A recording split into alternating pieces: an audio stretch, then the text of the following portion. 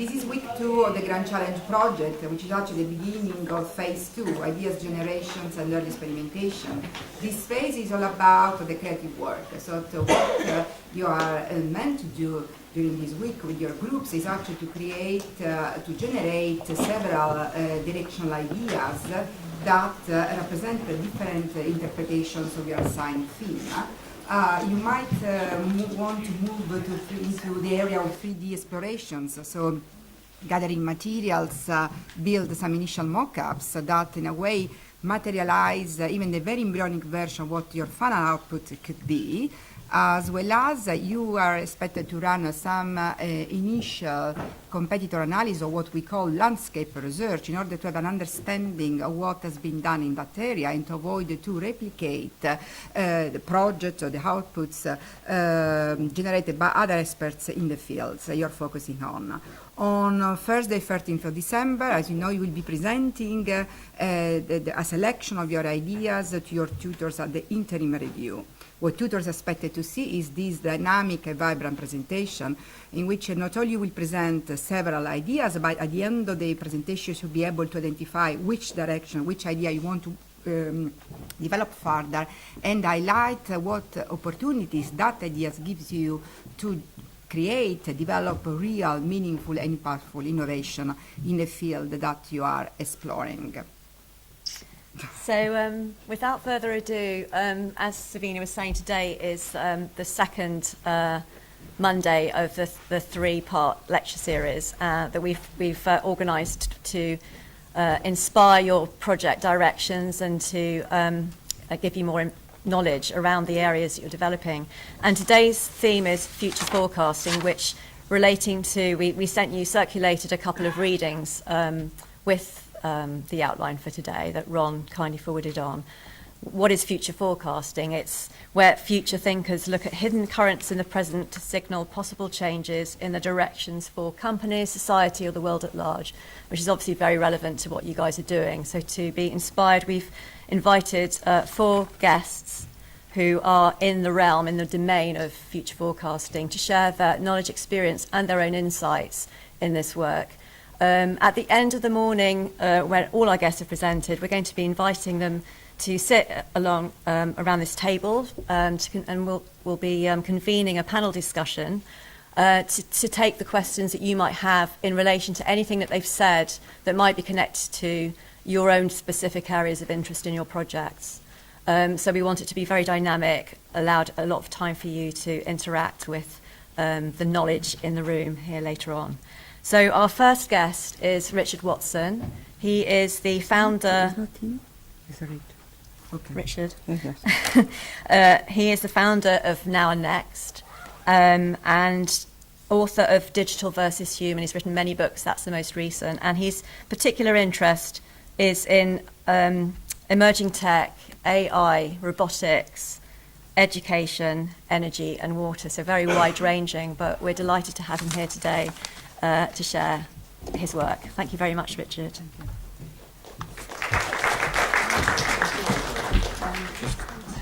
Just here?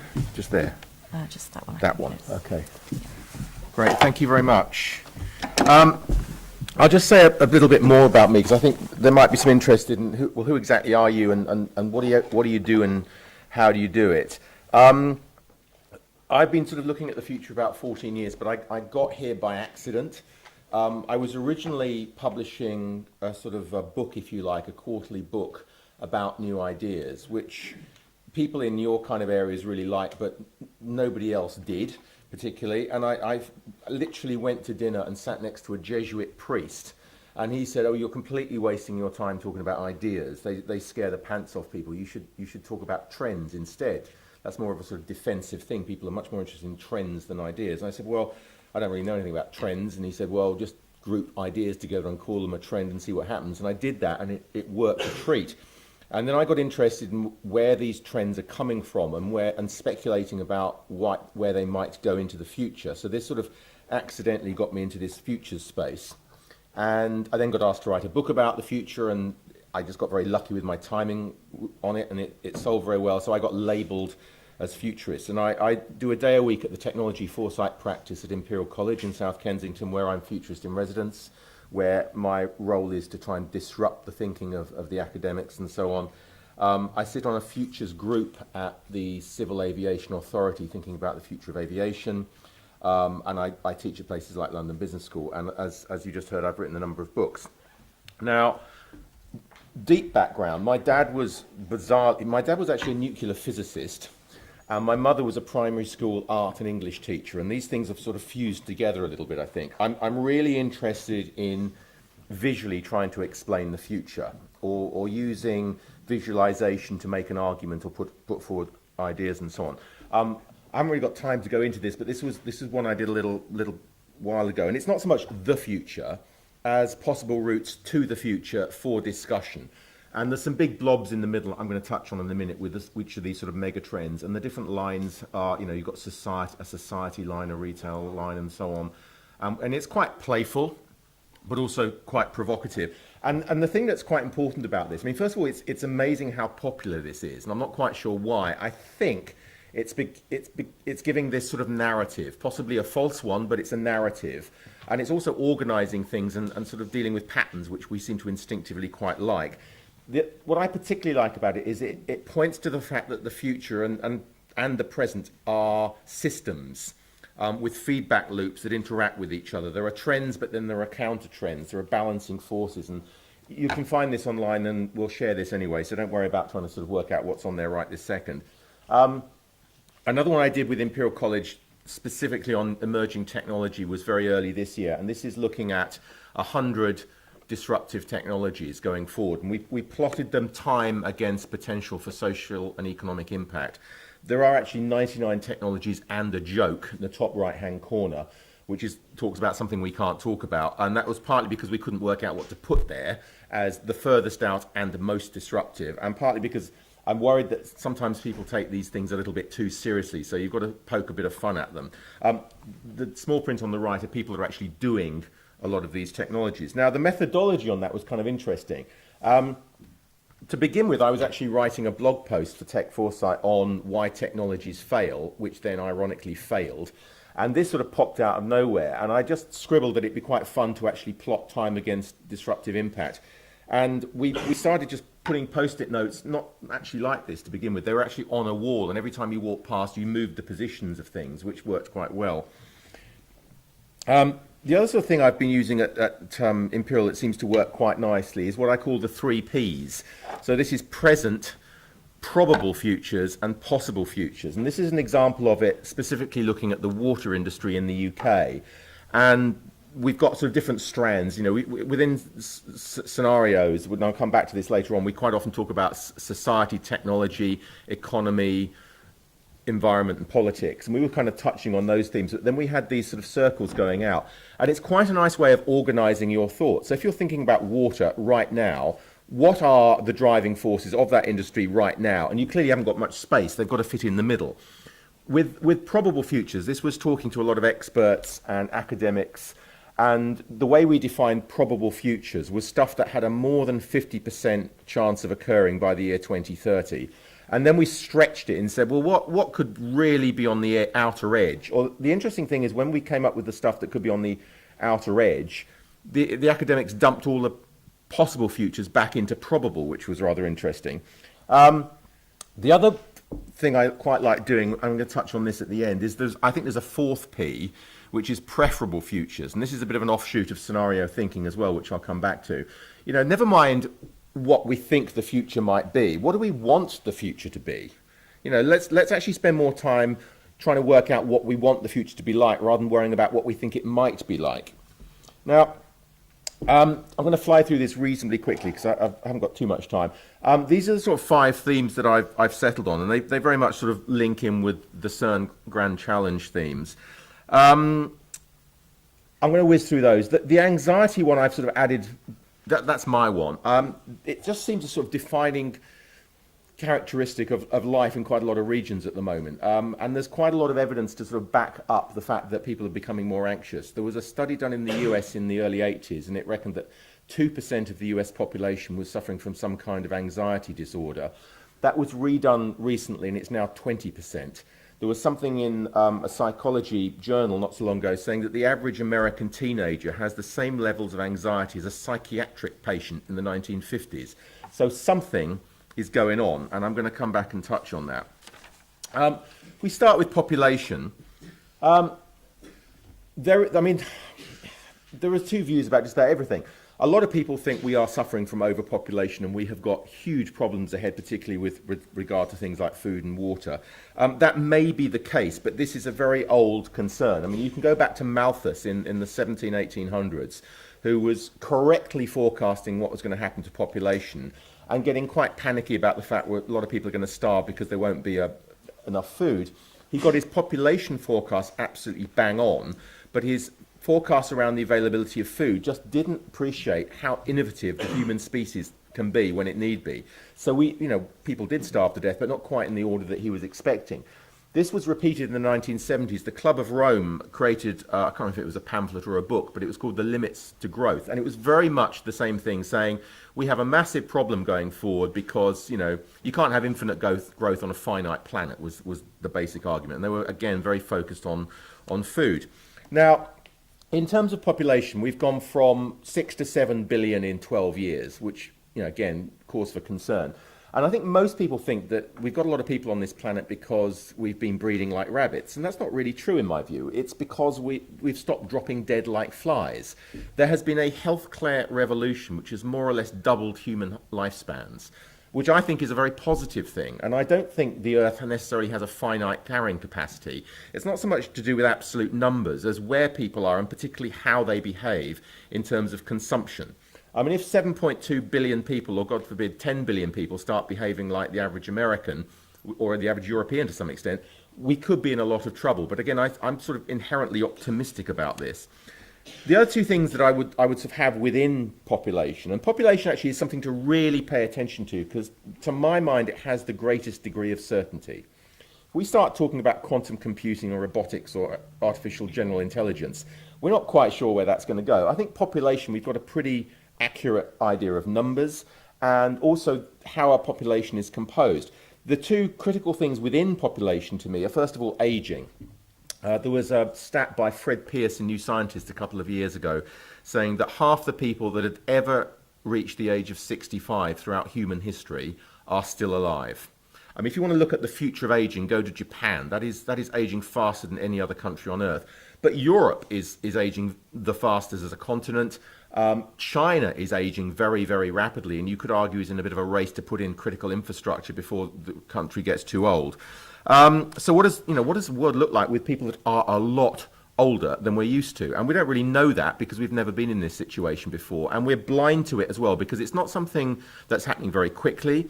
And most organisations are run by relatively young people, so they have a bit of a blind spot there.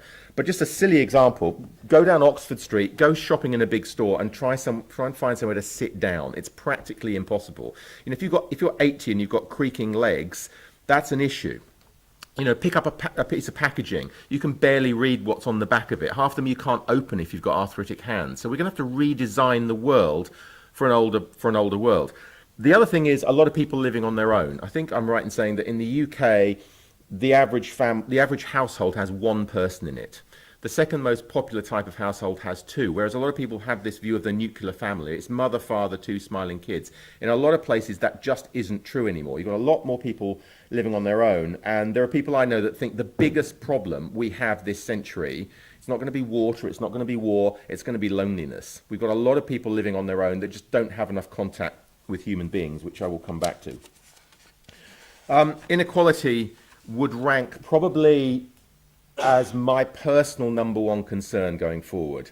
Water, which I'm going to come on to, is my number one global concern. But inequality, and I'm not just talking about income or wealth, I'm talking about inequality of opportunity. It's getting a lot worse. I mean, we've had really bad situations before. It's never been particularly equal. But I think digitalization is tending towards monopoly and is making some people very, very wealthy and others not so much. And this is just I can't remember which country this is in, I beg your pardon, I think it's South America. Just extraordinary how you can have so much wealth next to people with so little and it doesn't kick off. Although I think we're beginning to see this have some kind of physical manifestation. One phrase that I kind of invented recently was T, which is tired, emotional, angry. There are a lot of people out there that are just really fed up now, and you see this within Europe. You see it going on in France right now, but you see it in Britain, you see it all over the place, in America, and I don't know where this is going to go, but I think it's not going to calm down anytime soon. There are particular problems with inequality in certain countries. China being an absolute classic, there is severe inequality there, although you could say there's necessarily not much more than anywhere else. But you have interesting demographic overlays in China, for example. So there's an imbalance of young men in the population, which to my mind is fine if they've got a job which is relatively secure, they're buying an apartment, they've got the car for the first time, and they can see the future, if you like. But if that is taken away from them, you could have quite a lot of trouble on your hands. The next one is resources, and this is the one where everyone gets very concerned. Again, I am extremely optimistic on resources. I mean, the three critical ones are clearly food, water, and energy, and they are linked. You tend to need one or two to create the third. And I'm incredibly optimistic. I mean, from an energy point of view, this, by the way, is a concentrated solar power plant. It's been estimated that if we had this sort of thing covering 0.1% of the Sahara, you could power Europe indefinitely. If we covered 1% of the Sahara with this sort of thing, we could power the world indefinitely. And this is what I'd call relatively conventional solar. You can have nano solar, where you can have solar panels that work at night if there's a full moon. You could technically, and there are people working on this, have transparent solar so that every window in every building in the entire world is also a solar panel. I mean, if we did that, I don't think we really have an energy problem. We're bathed in energy every day. We're just not very good at harnessing it. You know, the resource that's really under threat is the human imagination to come up with solutions like this. Short term, the problem is energy storage, not energy per se. And I fully expect we'll have another oil shock fairly soon. I mean, nobody saw it becoming very cheap. I'm sure it'll go up again very rapidly at some point and all give us a bit of a temporary shock. Food, I've talked about a bit, but I think we can be much more innovative about how we grow food. And a lot of the problem is we're eating too much of it, not having access to the opposite. Water's kind of interesting. I mean, water I'm concerned about because you've kind of either got it or you haven't. You can't substitute for another resource. I mean, if you run out of oil, you can use renewables, you could use gas or something. Food, if you run out of rice, you can swap to something else. We can grow all kinds of innovative foods. But water is water. There's not really an alternative that I'm aware of. But there are solutions. We can do precision agriculture, for example. At the moment, 70% of global water use is spraying fields with water for agriculture. Well, rather than spraying the entire field, we could just give every individual plant enough water. And we can do that with satellite imaging so that we know exactly to a millimetre where that plant is. We can sort water out with global pricing, with attitudinal behavioural change, tax, a bunch of other stuff. So I'm reasonably relaxed about water. The other one that should probably be on that list, by the way, is air. We don't really think about air because it's just here and we don't see it. But we have a real issue globally with air quality. You particularly see this in emerging markets and urban areas. Half of us now live in cities. It's going to be 70% by 2050. And the air in some of these cities is absolutely filthy. The other thing we're not thinking about at all is indoor air quality. Again, we don't see it. We don't really think about it. But I think air is going to be, I mean, water is going to be a big, big thing in the future. But I think air is going to be a big, big thing in the future. But again, you can be optimistic or pessimistic about this. You could consider dirty air and pollution in general as a resource. We can harvest this. So I think we can sort this out. Climate, which it's a bit like aging climate. You know, we all know what's going on, but nobody's really doing that much about it. It's one of those issues that's really important, but not that urgent in some people's minds. So we kind of keep avoiding it, or we have a bigger problem to deal with. The economy, Trump, Brexit, nuclear weapons or something. There's always something else that seems to get in the way of this. But it does look like we're in rather a lot of trouble. I mean, I think the science is reasonably set on this in terms of what's going to happen. We're going to get much more frequent severe weather events, for example. If it's wet, it's going to get wetter. If it's dry, it's going to get drier. Cold, colder, hot, hotter, and so on and so forth. Winds are going to get stronger and so on. The human reaction to that and the regulatory reaction to that is extremely unclear. the key thing is with that is we've got impacts on migration, we've got impacts on disease patterns because of climate change. Clearly huge impacts on food production, water availability, even energy can be affected by climate change. And we are sort of moving in the right direction, but not fast enough. Rising sea levels are obviously a massive issue because of the number of cities that are essentially on rivers or literally on the sea. And it's not easy to sort of move people en masse. Although, again, you could argue this is just a massive engineering challenge. And look at the Netherlands, look at a few other places. It is solvable if we actually put our heads together and choose to treat this carefully.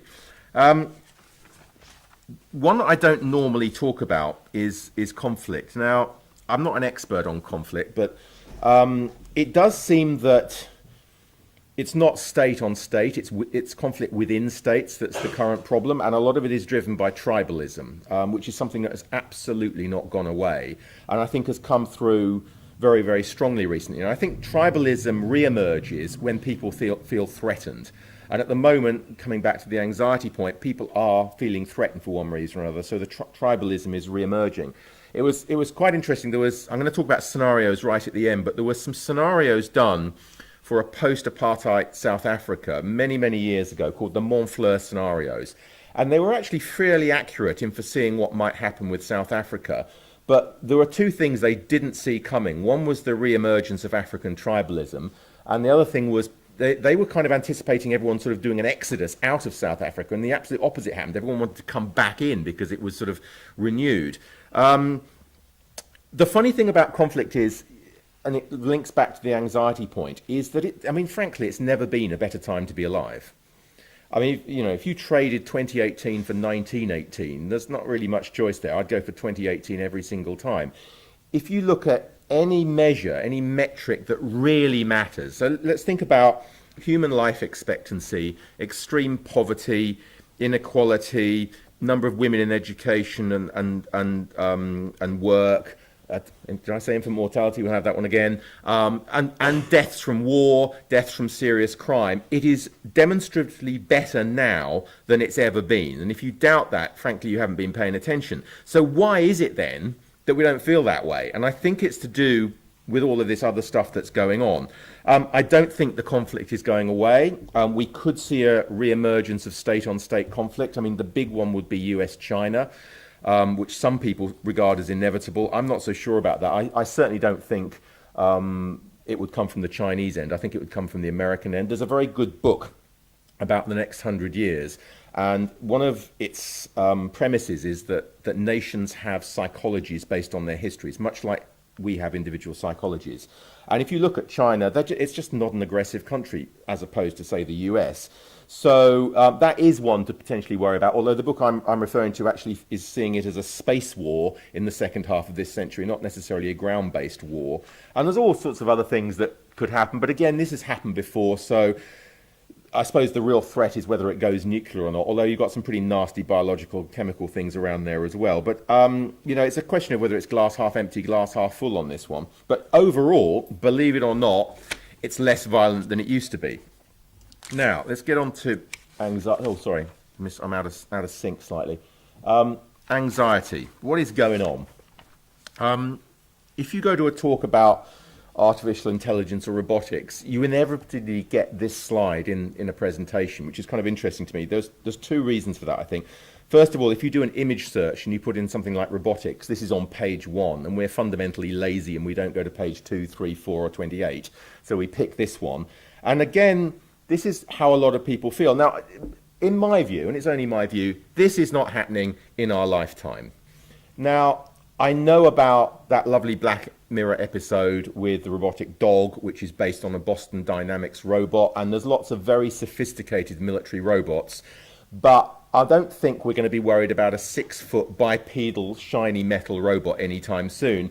The average 4-year-old has more intelligence than the most sophisticated robot we've ever created. We've got very clever, narrow robots that will do one thing very, very well, but the ability to navigate around a human-made environment and be generally useful hasn't really progressed much since Fritz Lang and Metropolis getting on for 100 years ago. I think the greatest threat on robotics in the short term is this, which I should have brought with me. This is Hello Barbie. It's about that big, and it's a doll. It's got a computer in it. It's got it's got machine learning. It's got voice recognition, and it'll wirelessly connect to the internet. And you can have conversations with this thing. And this thing is incredibly smart because it can pull down information from the internet. So we could be talking about going out for lunch. She'd know she was talking to me. She'd know that I'd like Italian food. She might be suggesting restaurants around the corner. And then I might ask her for her opinion on string theory, and she'd know more about it than I would. The problem with this, and the reason I think this is a threat, is twofold. I mean, there's the very minor thought that if you leave your child with this thing, the rather creepy guy next door could hack into the conversation, because you could hack anything pretty much. The bigger issue is it a good idea for a small child to be socialized by a robot? And this is something that Sherry Turkle at MIT is very, very interested in. My general view is no, it's not a good idea. It's an extremely bad idea, in fact. But this is happening all over the place. If you go out there at lunchtime and you walk around, or somewhere maybe that's a bit busier, you will see a lot of people pushing prams with children in. And when I was growing up, the prams generally faced the parent, and there was massive interaction between the child who was looking at the parent and the parent that was looking at the child.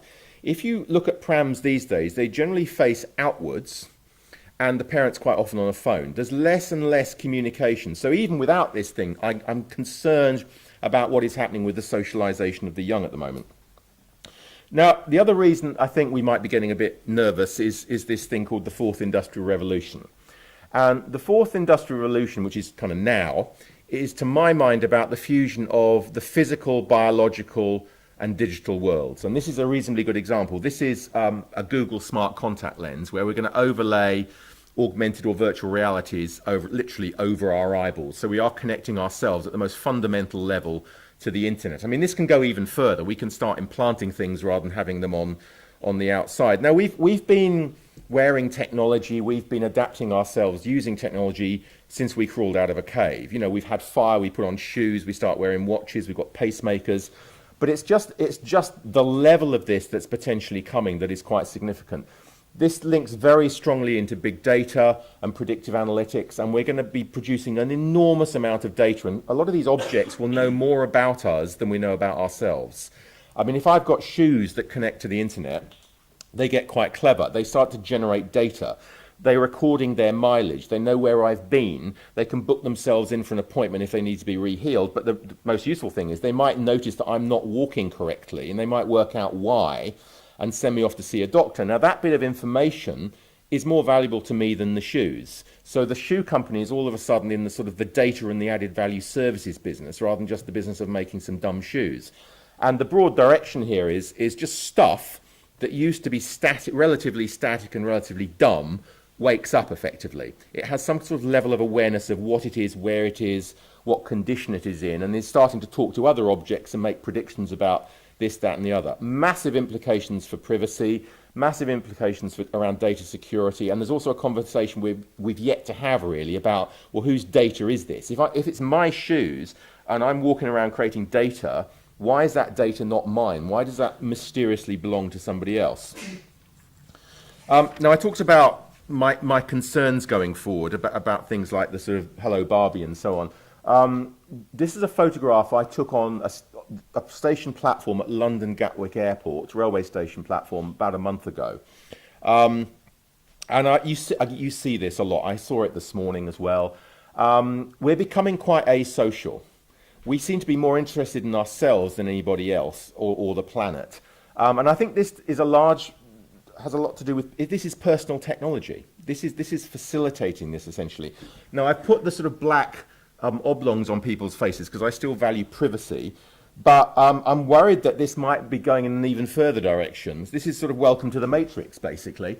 This was at a Facebook developer conference not so long ago in America.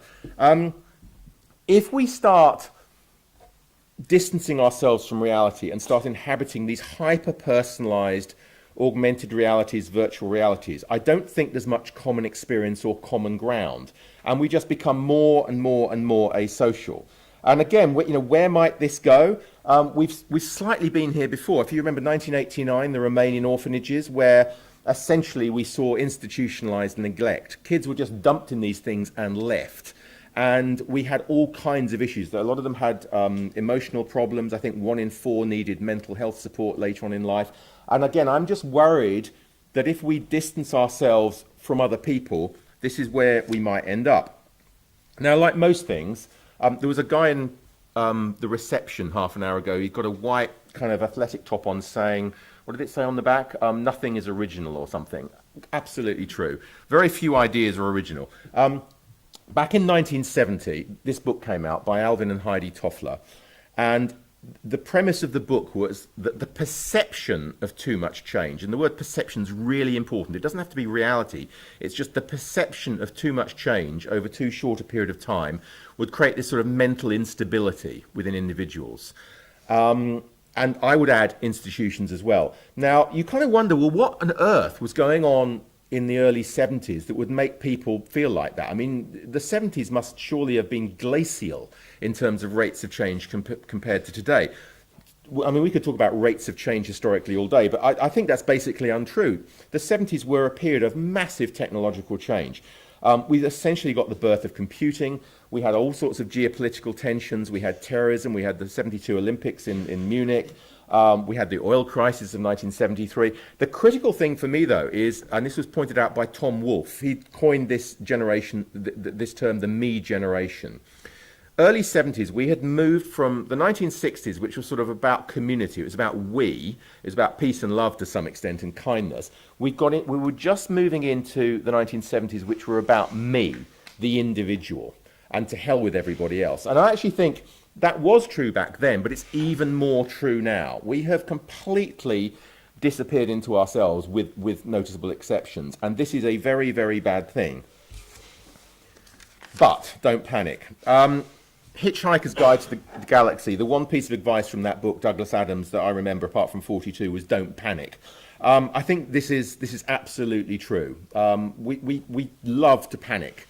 And AI, for example, or robotics is a focal point for deeper anxieties at the moment. And I think those anxieties are to do with the level of change. Now, I think older generations feel more perturbed by this. It's more destabilizing for them than younger generations. But even with younger generations, the amount of pressure is absolutely unbelievable. And even the rate of change there is pretty strong. Now, bear in mind, again, as I said earlier on, I personally think it's never been a better time to be alive. I mean, we could have that debate, but I genuinely think that's true. So we shouldn't panic from that point of view. The other thing is we shouldn't panic because what we generally fear, as far as I can work out, doesn't happen, which is kind of weird. And I'll give you a couple of examples of that. I mean, what we tend to overestimate the importance of things in the shorter term. This is a silly example, but it's a good example. This is a London street on the 17th of March, 1893. It's Morton Street, corner of Bedford Street.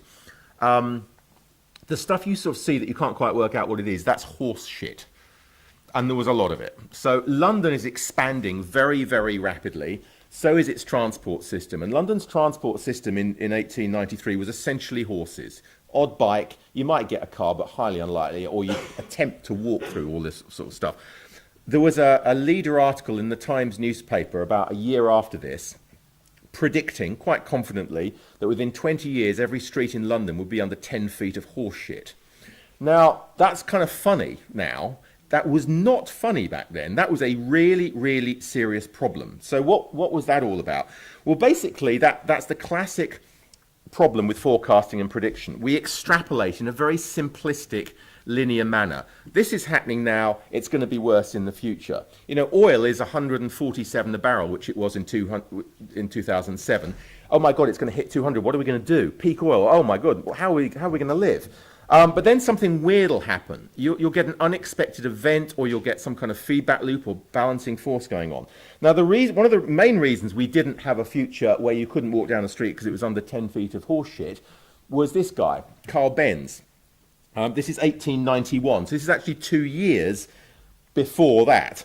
So the person writing the article in the Times either wasn't aware of Carl Benz and the invention of the horseless carriage, or he was aware of it, but she was aware of it, but didn't understand the potential significance of it or where that might go.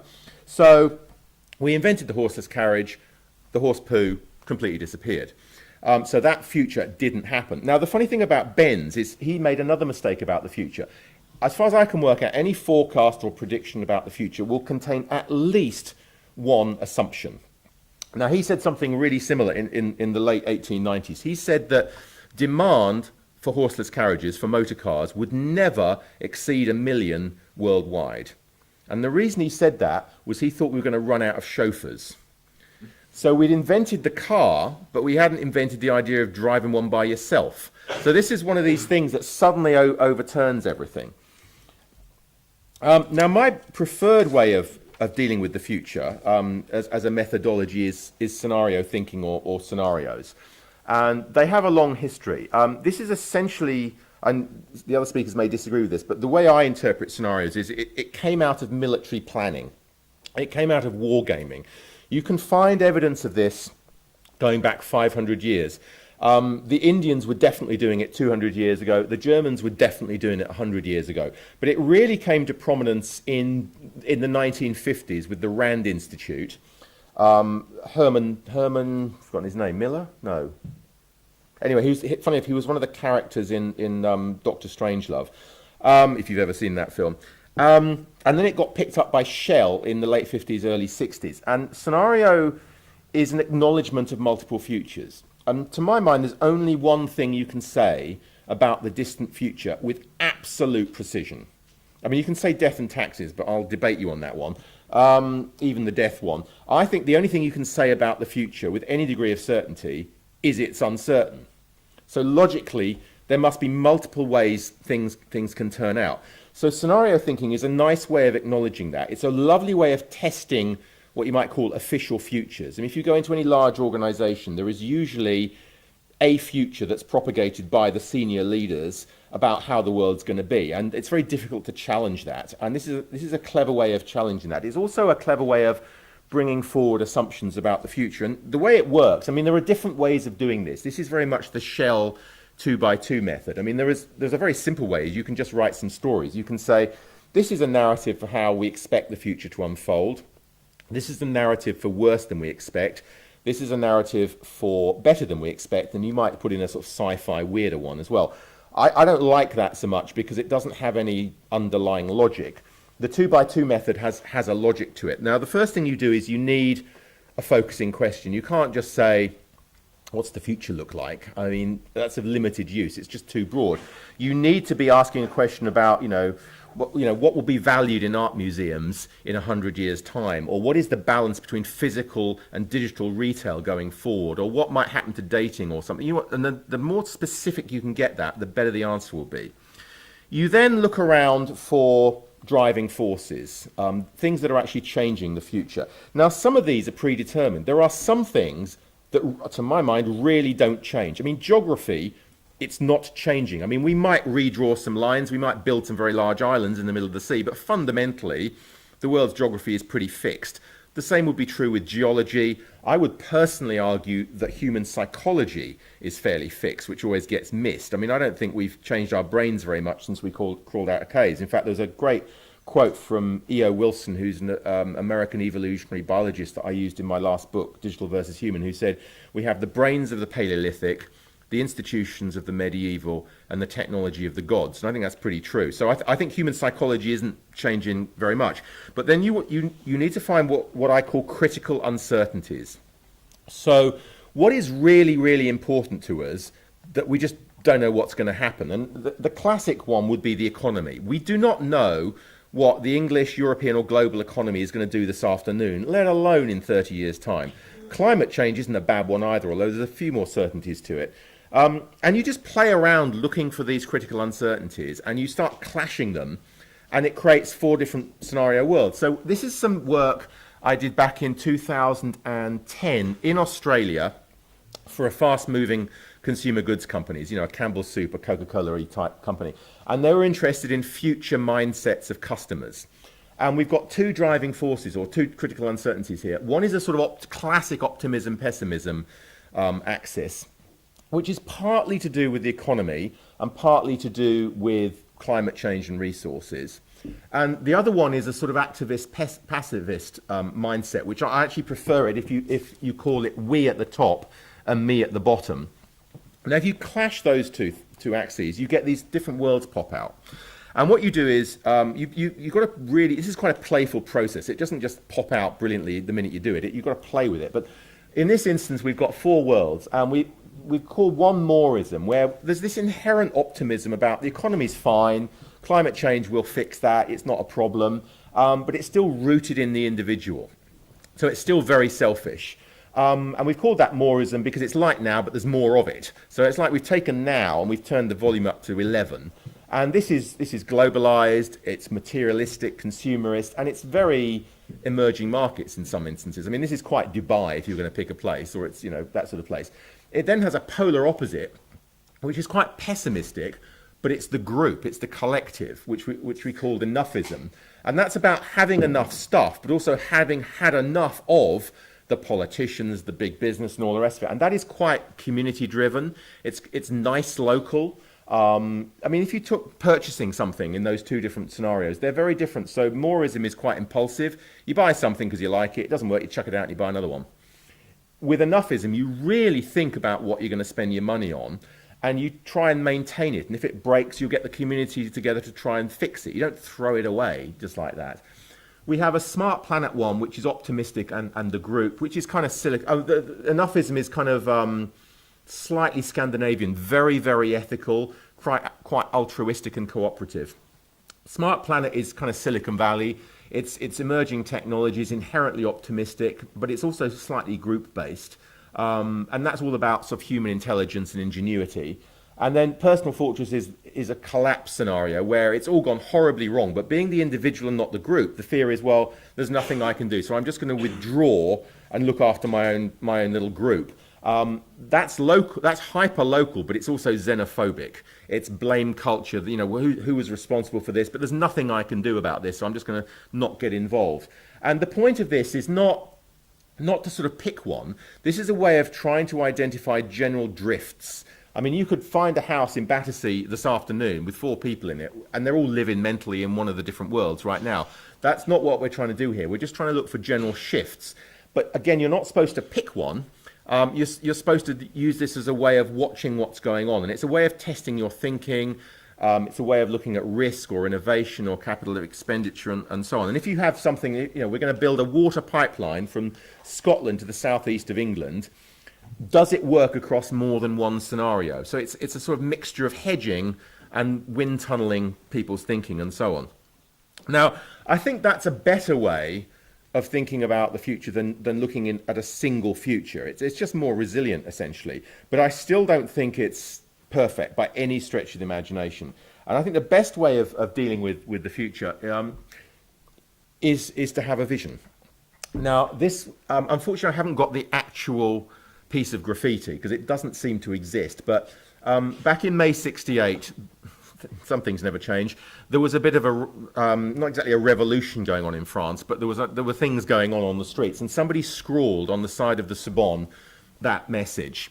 And I think that absolutely nails it. And this comes back to my 4th P. You've got present, probable, possible, preferable future. So rather than worrying about what the heck is going to come and how we're going to react, which is very negative, very passive, and induces anxiety, what I think we need to do is get together as groups, as communities, as countries, as institutions, ideally as the entire world, and work out where it is that we want to go as a community, as a human species, and then start building it. And this links very intimately to leadership, because I think to be a really good leader, you've got to have a vision of where you're going, but you also need to build a narrative. There needs to be a story. I mean, that's one of the things that it strikes me is not changing right now, and never has, and probably never will. Human beings love stories, and that's not how the story is delivered might have changed, but the desire for stories itself hasn't. So you need to have a vision, and then you build a sort of story around, where we are now and how we're going to get there. And I think if more people were articulating a positive vision for the world, a lot of this anxiety that's around at the moment would completely vanish. And I think we have a lot in common, regardless of who we are. We want a decent future for our children and our children's children, regardless of who we are. And if it can be slightly better than the past, all the better. And that's what we need to capture, really. There was a great, I'll end with a George Clooney quote, which is a bit of a weird one. there's quite a decent Disney film called Tomorrowland, and at some point, the character that's played by George Clooney says something along the lines of, there are two wolves that get locked in a room, and they're always fighting. And one of the wolves represents sort of darkness and despair. One of the wolves is lightness and hope. And the question he poses is, well, which wolf wins? And the answer is, whichever one you feed. Thank you very much.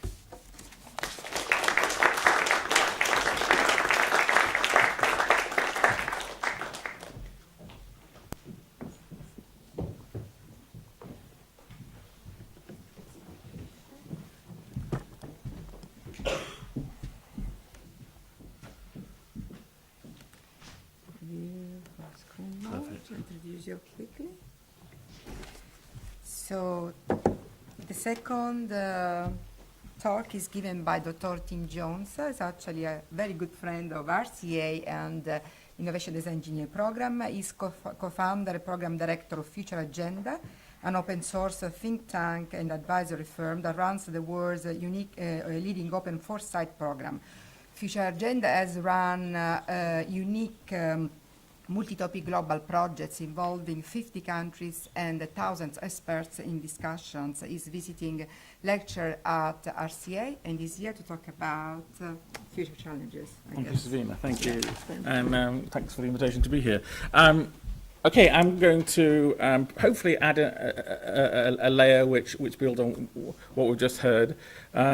My aim today is just to do a little bit of background in terms of where does the content that I'm going to be sharing with you come from, and a little bit about that. And then what I've done is I've just chosen some projects which we've completed this year, and taken a couple of things from each of those projects which sort of map onto the 4 areas of the projects that you're involved with as part of the Grand Challenge. So I've sort of put a smattering of examples. Everything I show you, everything we do is all available, it's all Creative Commons, it's all available online for free for everybody to use around the world. So although I'm just giving you little examples, if you want to delve deeper into it, it's all there for you to look into and build on and take and use however you want. So just a little quick thing about Future Agenda. What we're really interested in is 2 things. We're really focused in the heart of sort of impact. We want to create new stuff, new businesses, new services, new products, but we need better information and better insight than is generally available to do that. So the whole reason why Future Agenda existed as a project, became an organization, became a global platform, was we just wanted better information. And it's really, really tricky, because you can ask people about the next 12 months and they're reasonably confident on most subjects. What happens on a vote tomorrow, probably not. But when you go into 5 years, 10 years, as we've just talked about, there's lots of uncertainty. So we're just trying to bring a little bit of certainty together. And the challenge is that the way, although we've worked a lot over the years with Shell, with IBM, etc., the way that we've sort of come around to it, there is no one person, no one place, no one university, one organization who knows it all. Because it's all a guess. Other than more people on the planet, pretty much everything is up for grabs. But if we can talk to as many informed people around the world and ask them what they think, and then bring together everything they think in a accessible way, then hopefully we can make better sense of the future. So we started off in 2010, ran a global program in 25 different countries. In 2015, we repeated it, 120 workshops, talking to about 5,000 people about everything from the future of cities, future of water, future of energy, and we bring all that together. So if you go to the Future Agenda website, everything that came out of 2015 is there. So that's 50 big things and then 2,000 insights underneath it. We also, and since then, we've tended to every year do 2 or 3 topics that we're delving down to a more specific question and trying to bring to light what people think. Sometimes quite big questions like the future of cities, and sometimes like the third one, quite specific, the future of patient data, but that's the sweet spot of where a lot of things are changing in terms of health. And then what we do, this is just the patient data example, We run 12 workshops around the world, all hosted by different organisations. Everybody's hosting them with the view that everybody gets everything. So it's a collective, collaborative, multi-country, multi-company participation. And in each location, we're bringing together about 25, 30 people for chats. And we bring people from many different parts of society, all of whom have strong opinions, but probably different opinions about what's happening. So our job is really to identify people who have opinion, bring those people together, get them to challenge each other within a workshop, and then to take the insights from one workshop to the next, so that as we go around the world, we build up a global view, but we also understand the regional differences. And that's basically what we do. So quite a weird job, but we spend all our time going around the world talking to people about what they think about the next 10 years. We tend to focus on 10 years. And then everything that we learn, we give away. Everything, right down to each individual post-it note, is all available for other people to use and reuse. And we're doing it so that, hopefully, projects like the ones that you're involved with now can tap into that knowledge and to go, okay, let's have a look at what other people think. And obviously, a whole load of people we also do stuff with in terms of, so what does this mean for them? So, for the health and well-being, patient data, the one I just showed you the overall scheme of, this was a project sort of looking at the overlap of where data and health and privacy are going, and what's going to be coming out of that. And there's about 30, 40 big insights into it. Just picking off a couple. One fundamental assumption is that we're increasingly in control of our health, and we're increasingly in control of the data about our health. Now, whether it's Fitbit, Apple Watch, whatever, we're all aware of we've got more information. But the big challenge is that actually our data? Do we actually own that data, or does it belong to the healthcare system, to the government, to a company? So one of the big challenges here is maybe we ought to stop talking about owning healthcare data and instead start talking about the idea of who's the custodian, who are the organizations, who are the people who are effectively looking after it. So whenever you have conversations about health, there's always this my data versus everybody's data dilemma. And one of the things you've really got to bottom out into is what information do you actually have permission to use, and what can you do with that? And therefore, are we going to be in a situation that we have new data stores? Are we going to be in a situation where all our health data, our finance data, our educational data is all in a clever platform that allows us as individuals to sell it, to trade it, to give it to people we trust, to keep it away from people we don't trust, to give it to banks but not to give it to a healthcare insurance company? Can all our data effectively be in one place instead of being spread around all these different organizations? And can we then give permission for different people to see different parts of that data? Linked into this, in the healthcare space, there's this huge anticipation and probably a lot of hype about artificial intelligence. There's a lot of big companies, your IBMs with Watson, Google's with DeepMind, Babylon Health, doing a lot of cool stuff. But the question is probably, what's the next 10 years look like in healthcare? And it's probably more about pattern recognition and machine learning, which I always sort of, from a simplistic way, saying it's machines doing what humans do, but probably doing it slightly better. Certainly they don't get tired. So that's why you're starting to see things like machines looking at MRI scans and machines looking at iris scans and doing things that radiographers would do, but just doing it quicker and better. And so it's a very discrete tasks, but the machines are being sort of trained to go and look for things and therefore hopefully see healthcare problems earlier and be able to diagnose things. So that's probably what the next 10 years is about, rather than what people get quite excited about, which is the idea of the machines being able to do things that we as humans can't do. So dealing with completely unstructured data and the idea of effectively machines teaching themselves to think rather than relying on us. Which, if you look at the leading edge research that people like Google DeepMind, with, you know, you probably saw that stuff about the DeepMind beating the world's leading Go player and stuff like that. That's the machines learning how to play a game by itself. That's all in the media, but actually, will it impact us? Yes, but not in the next 10 years, is the general view we heard from talking to lots of people. And at the same time, with all that technology, there's a hell of a lot of people who won't be touched by it. There's an enormous number of people on the planet for whom all the clever stuff that's coming out of all these R&D labs at the moment, and all the stuff that different companies are trying to do, it won't make a bit of difference to their life in the next 10 years because it just won't reach them. So what we'll probably have, going back to the inequality challenge, is actually more inequality over the next 10 years. There's some lucky people who live in the right places, who have the access to the right companies and the right money. Their health will massively improve, but an enormous number of people will be left behind. And the question is, how long will it take for the clever stuff to actually have bigger impact rather than just for the privileged few who happen to live in the right places? Now, on the digital disruption, we've just finished a project. This has ended up as 30 conversations around the world purely on the very simple question of, so what's all this data worth?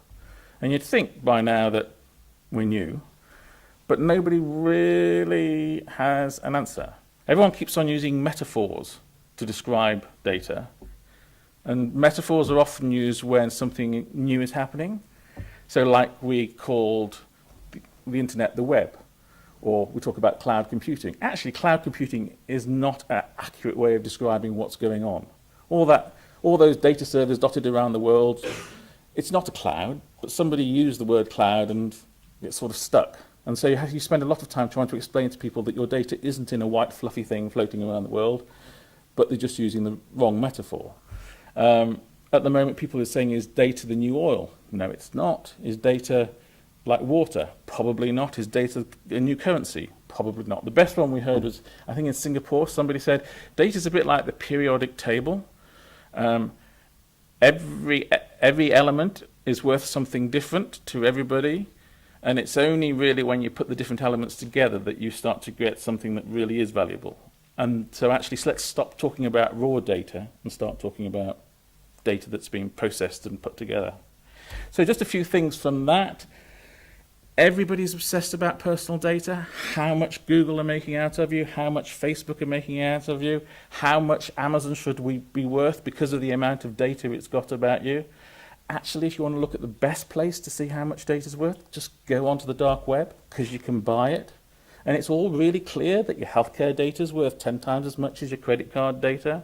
Your PayPal account's worth more than your Gmail. You can buy and sell everybody's data on dark web. So weirdly, a bit like the porn industry being ahead of the curve with the internet, the dark web is way ahead of where the big companies are. They've already sorted out relative values of personal data. So that's probably less of an immediate issue. The bigger concern is, what about all the machine data? Yes, there's going to be up to 10 billion of us all connected, but there's going to be 1 trillion sensors. And there is complete disagreement across different industries as to who owns this data, how much it's going to be worth. You know, if you just think about a car, if you talk to a company like Cisco, they reckon a connected car, the data in it, or around it, or that it's generating, is worth $1,500. If you talk to McKinsey, they said, no, it's not $1,500, it's $500. If you talk to one of the big car companies, they say, well, actually, we're going to have to give it all away anyway. It's going to be worth nothing because we need to give all the data away for connected cars to work. So everyone's got different views about this, but there's a huge rush to try and grab as much. So one of the reactions that you're seeing is that a lot of governments, particularly in Asia, particularly in Africa, are pushing back and saying, we haven't worked out what all this is going to be worth, but we do know one thing for certain: we shouldn't be sharing it so much, particularly with the big tech companies. And so you're starting to see, whether it's Singapore, South Africa, China, Europe, whichever level you look at it, everyone's using different reasons, but they're all trying to somehow protect citizen data. And then just sort of another project that's also related to this that has just been finished, this was 5 workshops, we're saying within this data space, if we take it to the personal, how's identity changing? How is our view of ourselves and how we're going to transact changing? Biggest problem is 99.999% of the population have no idea what a digital identity is.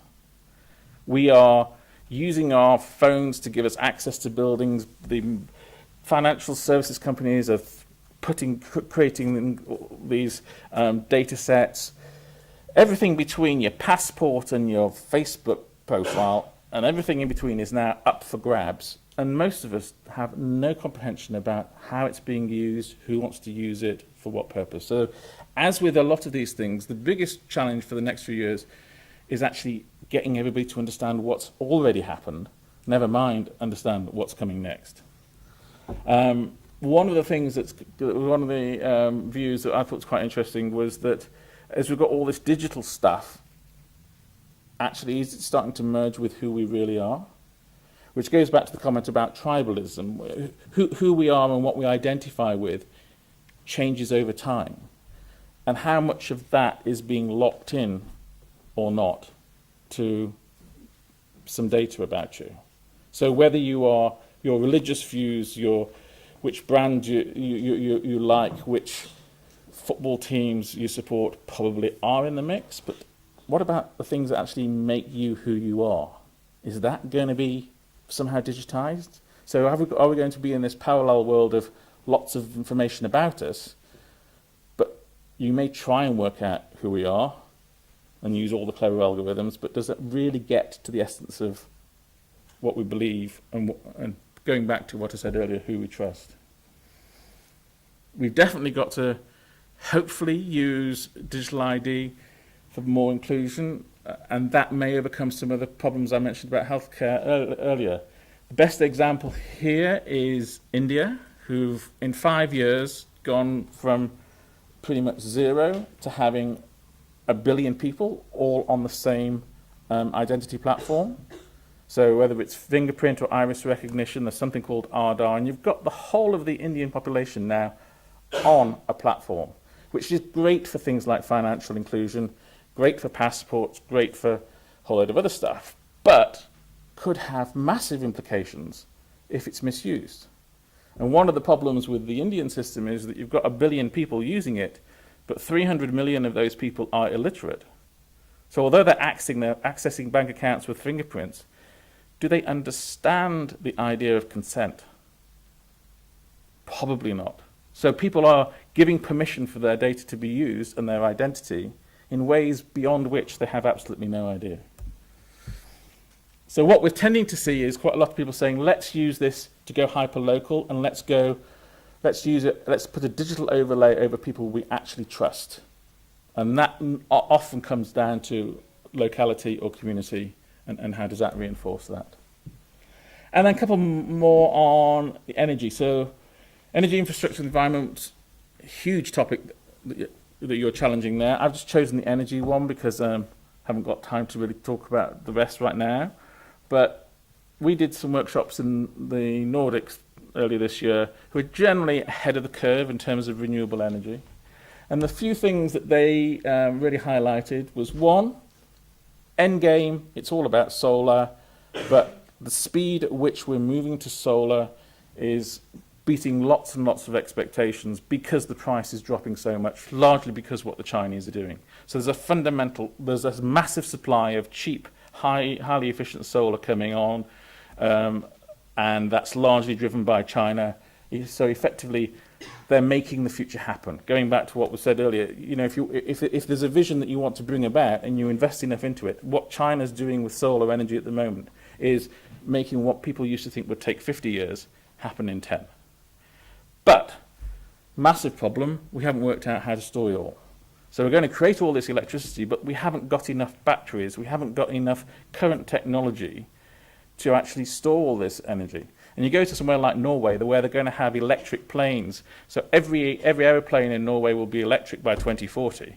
Just imagine recharging a plane in 20 minutes. The amount of energy storage that you've got to have in one location so you can effectively recharge a plane so it can do its next flight. Those are huge technical challenges that somebody's got to try and solve in the next few years. But there's a role here for technology in terms of artificial intelligence. Again, one of the first things that Google did when they bought DeepMind was to say, could you use your agents on our data centers? So if you take all the world's data centers, whether it's Amazon, Google, Apple, Oracle, etc., they use every day about 5% of the world's energy. And what DeepMind did in 24 hours was to halve that energy consumption purely by giving the machines control of the data centers rather than humans. So it's a nice example that they use a lot. That there's, in terms of energy efficiency, there's a lot that can be done. And maybe we need to think more about more passive ways of improving efficiency by just not losing so much and getting so much back. And then lastly, on this sort of social and economic disparity, we've been doing some projects recently. I was in Kuala Lumpur last week and elsewhere the week before, talking to governments about what the future of work is, and future of work and what's the future of the company. There is an enormous problem that a lot of governments are really worried about, which actually is a consequence of success.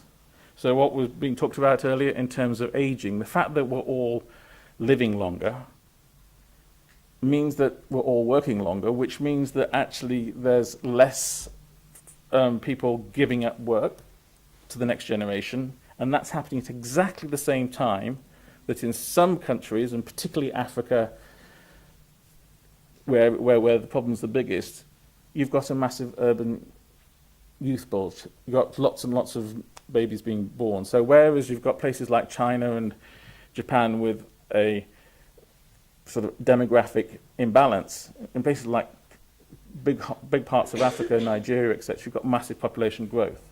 So what are we going to do with another billion young people for whom there aren't jobs? So the UN thinks we've got to create 600 million new jobs in the next 10 years. If you go to a lot of countries, people will graduate and they won't get the job that they were trained for at least 10 years because it just takes so long for those jobs to become available. So there's a big problem about how do we deal with the potential social unrest, the social lack of inclusion because of youth unemployment. At the same time, we're all going to be working till we're 70, probably 75. If we're living, as it says there, you can't work for 40 years and expect a 30-year retirement. When you talk to the people who design pensions, most of this Western world is designed on the idea that you die within 10 years of retiring. So effectively, retirement is death minus 10. So that's how the whole system was originally set up, that you would work until you're 65 and you would die before you're 75, and then it all works. But if we're all living till we're 100, where's all that money going to come from? So there's got to be a fundamental rethink about how we can enable people to work till they're 70, till they're 80, because otherwise the system doesn't work. But actually we're all healthier. If the average 80-year-old now is the same health as a 50-year-old was 100 years ago, we're in a far better situation, but we just need to rethink about how we think about society. And maybe we also need to reinvent roles.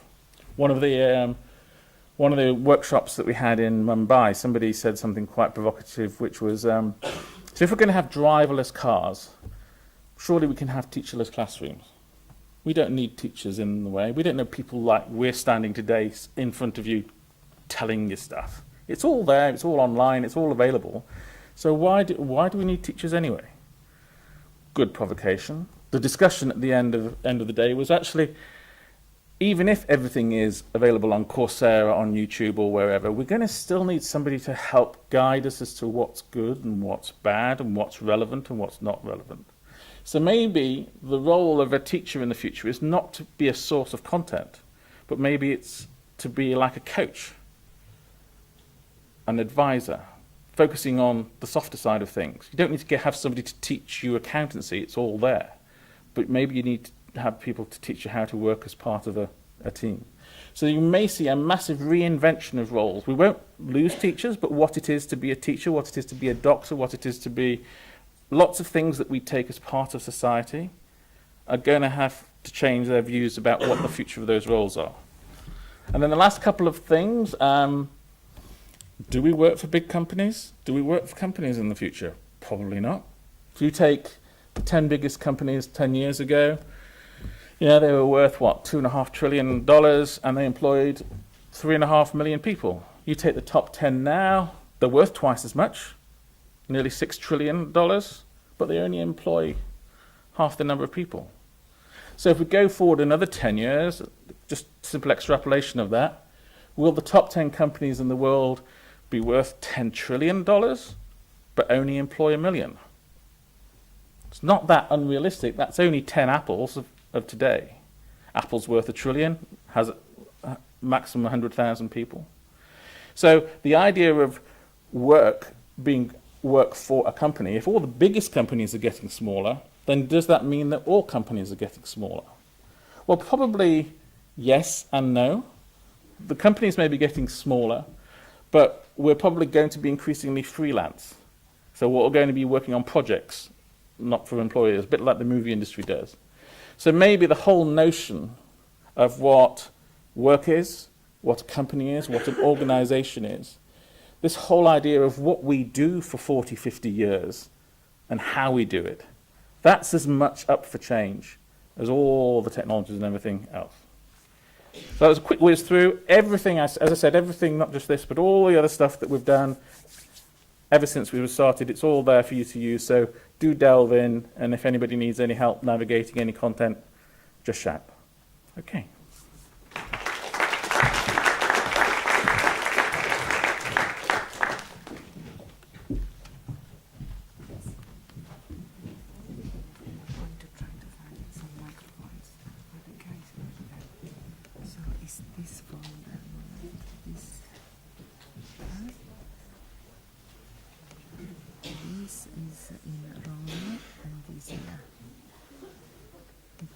Yeah. Okay.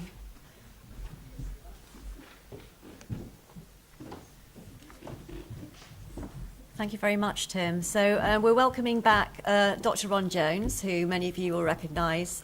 He's Senior Tutor in Service Design Programme, and he's focused a lot of his research on cross-disciplinary studies and very much involved in some of the speculative projects that we run in service design. He's going to be commenting on the future as it pertains to the role of the designer in the transformative economy. So a slightly different spin on the theme. So thank you very much, Ron. Over to you.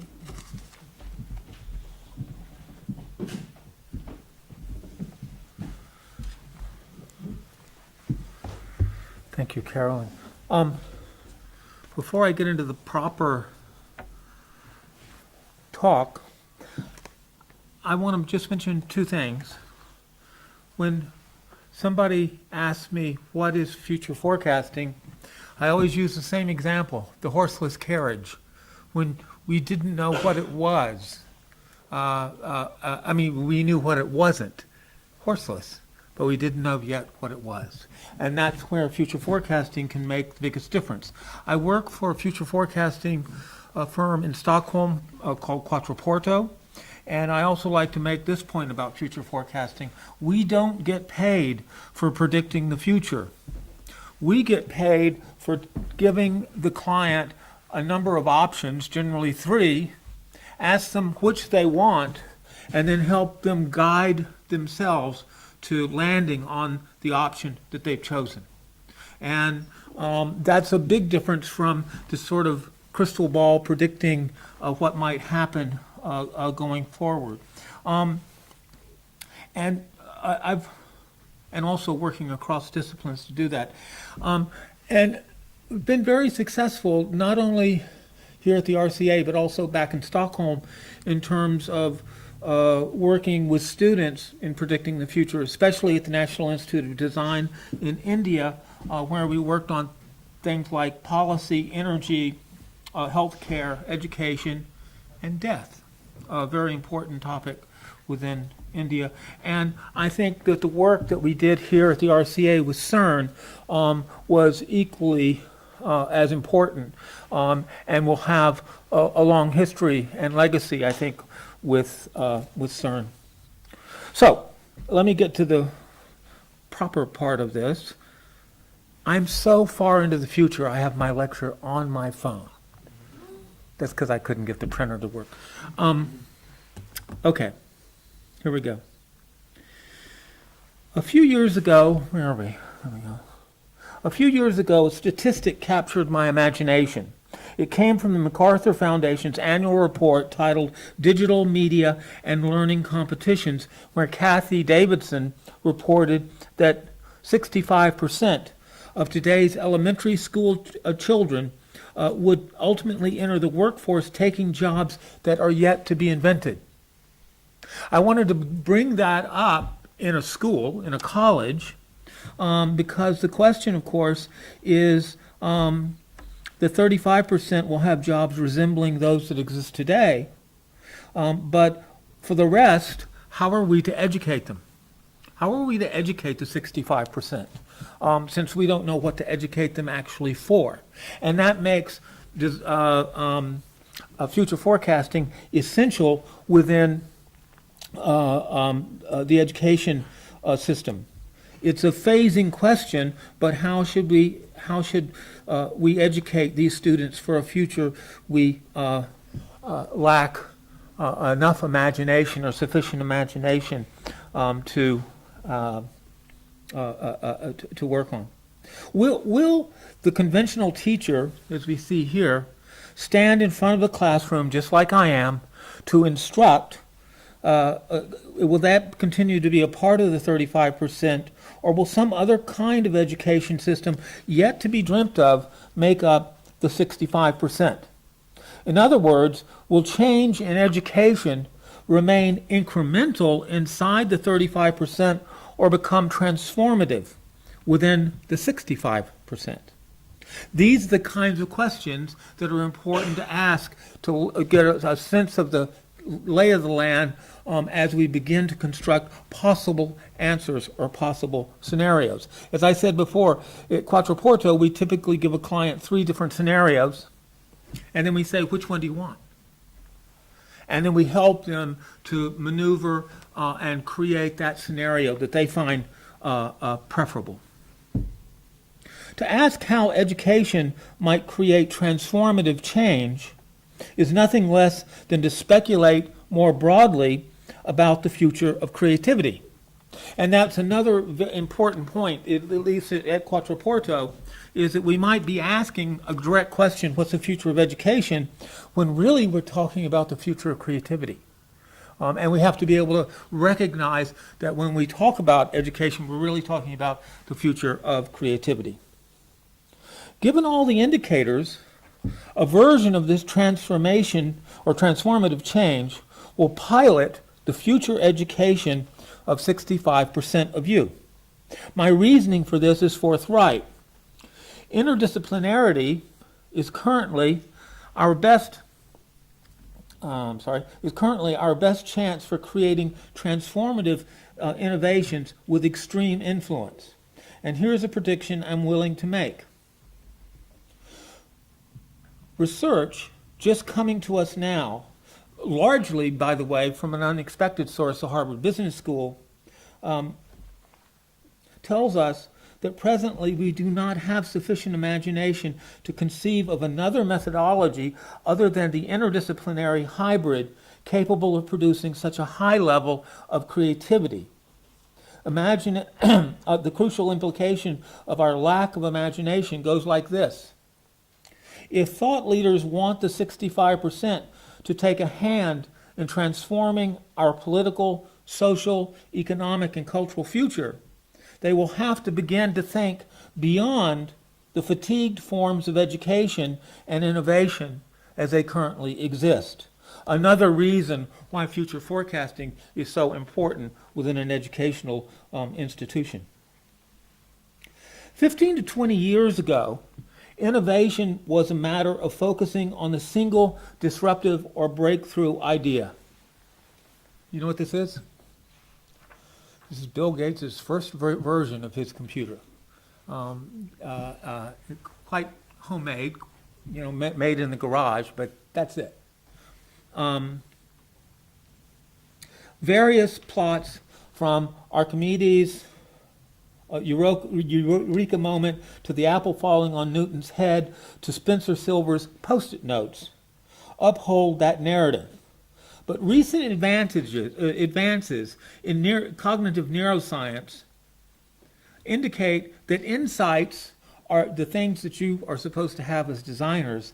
Insights are rarely single entities, but ascend from complex neural networks.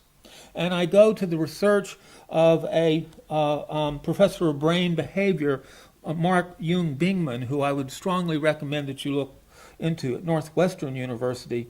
Mark we worked together a little bit, he's begun to look at how the brain functions as a machine for creativity, what actually happens within the brain. And he tells us that dendritic spines in the right hemisphere of the brain, which have greater reach than on the brain's left side, literally function as far-reaching neural networks. What does this mean in terms of innovation? Given a word puzzle to solve, the left side of the brain, guided by the frontal cortex, first searches along a single line of inquiry, and if a precise answer fails to materialize, the frontal cortex shifts to the more broadly tuned right hemisphere. So you could say the left hemisphere is sort of monodisciplinary, the left hemisphere is multidisciplinary or even interdisciplinary. Let's try this out.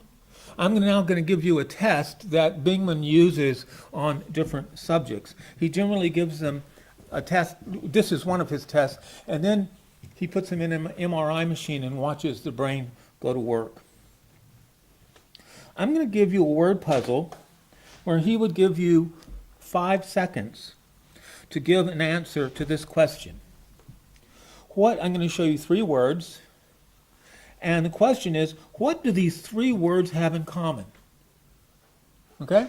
And if you get the answer, since we're only going to do this for 5 seconds, just shout it out. Okay?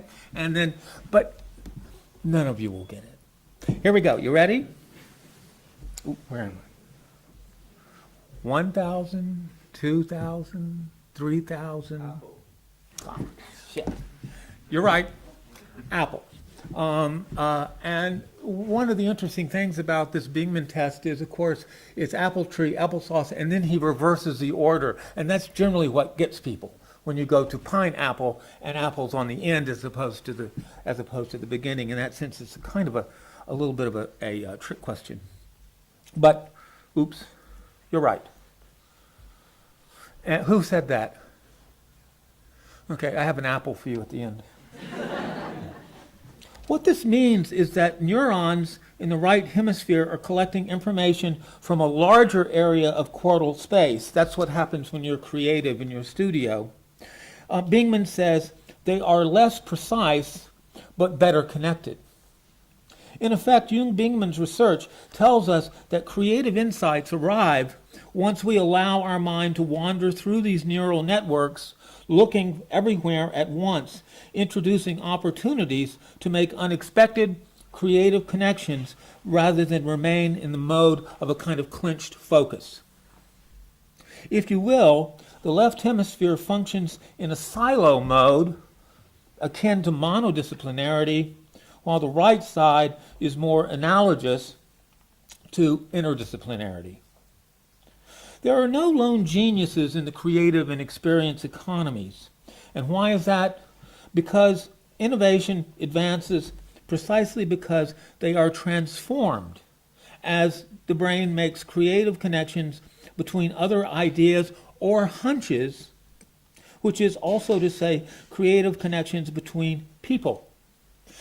Just as a footnote, for I guess about 5 years, Quattroporta, the future forecasting firm I work for in Stockholm, on behalf of the Swedish government, the Swedish Army, and then the American three-lettered agency, they wanted to know in crisis situation, how reliable are hunches? Where members of the army, whatever army it is, are said, we're going to go down this street, and then there is somebody who goes, no, let's not. Why not? I just don't feel good about it. I don't think we're going to. And the army, of course, had great pushback and resistance to this, but they are beginning now to single out the individuals who go, I'm not sure about that. Even though they've been told to do it, this is the order of events, and they say, not sure. And the Army is lifting this up, the hunch, as, hang on just a sec. Sorry, I can't leave this thing for very long. There we go. They're lifting up the hunch as something that is a reliable piece of information, just as opposed to a gut feeling. This idea mirrors sociologist Ronald Burt's notion of an economy of borrowed ideas. The usual image of creativity, Burt says, is that it's some sort of genetic gift or some heroic act. But then he concludes, but creativity is an import-export game. It's not a creation game. People who live in the intersection of social worlds, Burt concludes, are at higher risk of having good ideas. That's also called interdisciplinarity. Interaction between ideas or between people benefits the distribution and then transformation of a network of creative hunches into innovations with a telescoping effect. Jung Bingman's description of the mind wandering through the right hemisphere's broad neural networks is precisely what we're talking about. For the past few years, the design disciplines have been undergoing the most significant paradigm shift in living memory. As the profession migrates from conventional design tasks, design me a toaster, to what we really do in service design, design me a system. Or in other words, towards conceiving of intangible interdisciplinary systems. As a result, some designers have begun working across disciplines, often furthest from their own, which positions them to create new types of collaboration and alliances between the sciences and the humanities, precisely what we did at CERN. What we do is leverage their interdisciplinary skills, both at CERN and our own, so that they not only share ideas, but more crucially, synchronize various knowledge streams between disciplines where concepts, methodologies, practices, and epistemologies are explicitly exchanged and integrated, creating hybrid systems. In fact, I would say that one of our greatest accomplishments and achievements at CERN, never give a talk from an iPhone. It seemed like a really good idea. I think that's one of the great accomplishments at CERN is that we were able to synchronize our ideas with theirs and their ideas with ours. As a consequence, within the experience economy, design has gained a greater sphere of influence, which is to say it has become progressively more interdisciplinary, or some even say transdisciplinary. And so one early conclusion is that designers should be thematically educated as critical thinkers and strategists capable of addressing cross-disciplinary problems. By designing social, political, economic, and educational systems, this will in turn provide them with greater reach, responsibility, influence, and relevance. Producing and managing new knowledge through design-led research is trending within the experience economy towards universities, industries, not-for-profit organizations, policy groups, venture capital, and government bodies by creating new methodologies and heuristics to be used for collaboration. Which then can be used for the implementation of ideas and hybrid systems of knowledge transfer between disciplines. So there is a methodology that is emerging from this that is successful. This vaccinates design from becoming institutionalized, safeguarding a perpetual state of transformation by lending design no more, and I like this idea, than an approximate identity. This approximate identity lifts up one crucial and emerging paradox. Current thinking has it that transdisciplinarity as an advanced form of interdisciplinarity is the most complex and hybrid of these systems, because as in the case of behavioral economics, it results in the creation of a fusion that transcends existing disciplines. Daniel Kahneman won the Nobel Prize in 2002 for psychological economics or behavioral economics, blending psychology and economics. One of the first times, and maybe the first time, a Nobel Prize was given for an interdisciplinary work or research.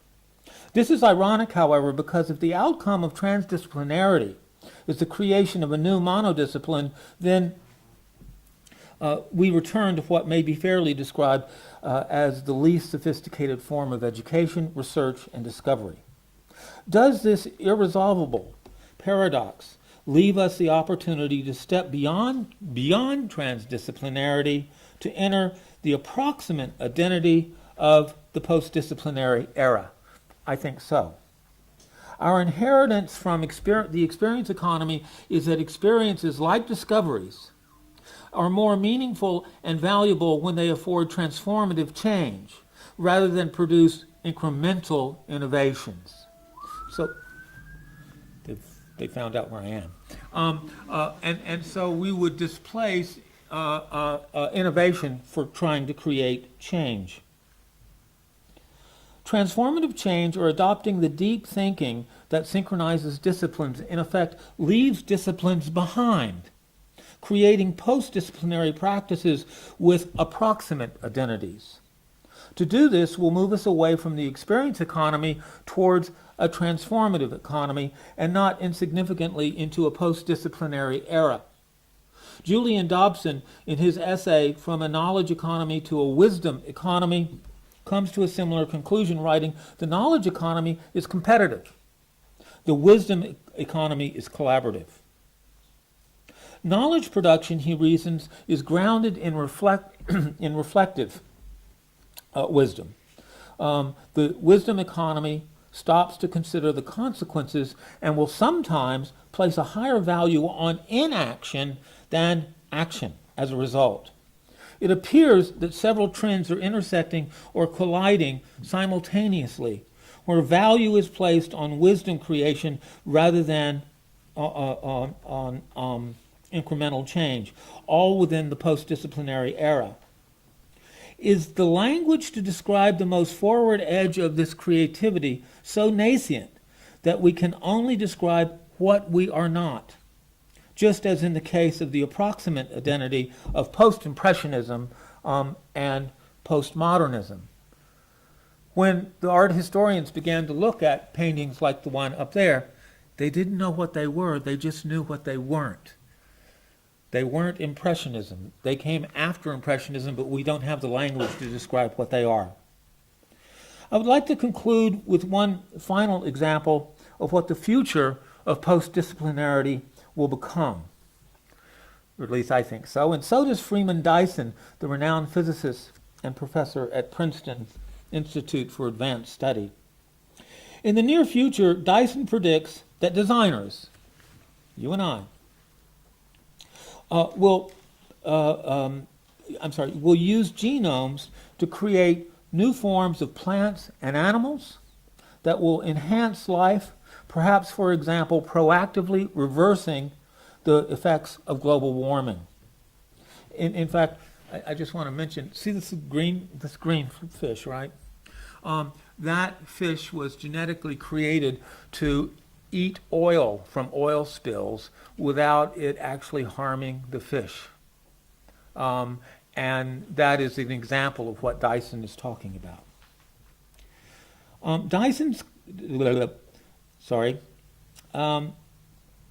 If you're suspicious of the feasibility of the future role Dyson assigns you, as a designer, then pass by a local flower shop or show and visit the hobbyists who are successfully experimenting with trigenetic orchids. Dyson's claim for designing new forms of life in the face of post-disciplinarity, or is the face of post-disciplinarity. It is pragmatic, empathetic, and scalable, creating achievable solutions to crisis, often to crisis. The hobbyists in your local flower show understand what we may not, something that William Gibson once observed. The future is already here, it's just not evenly distributed. Thank you very much.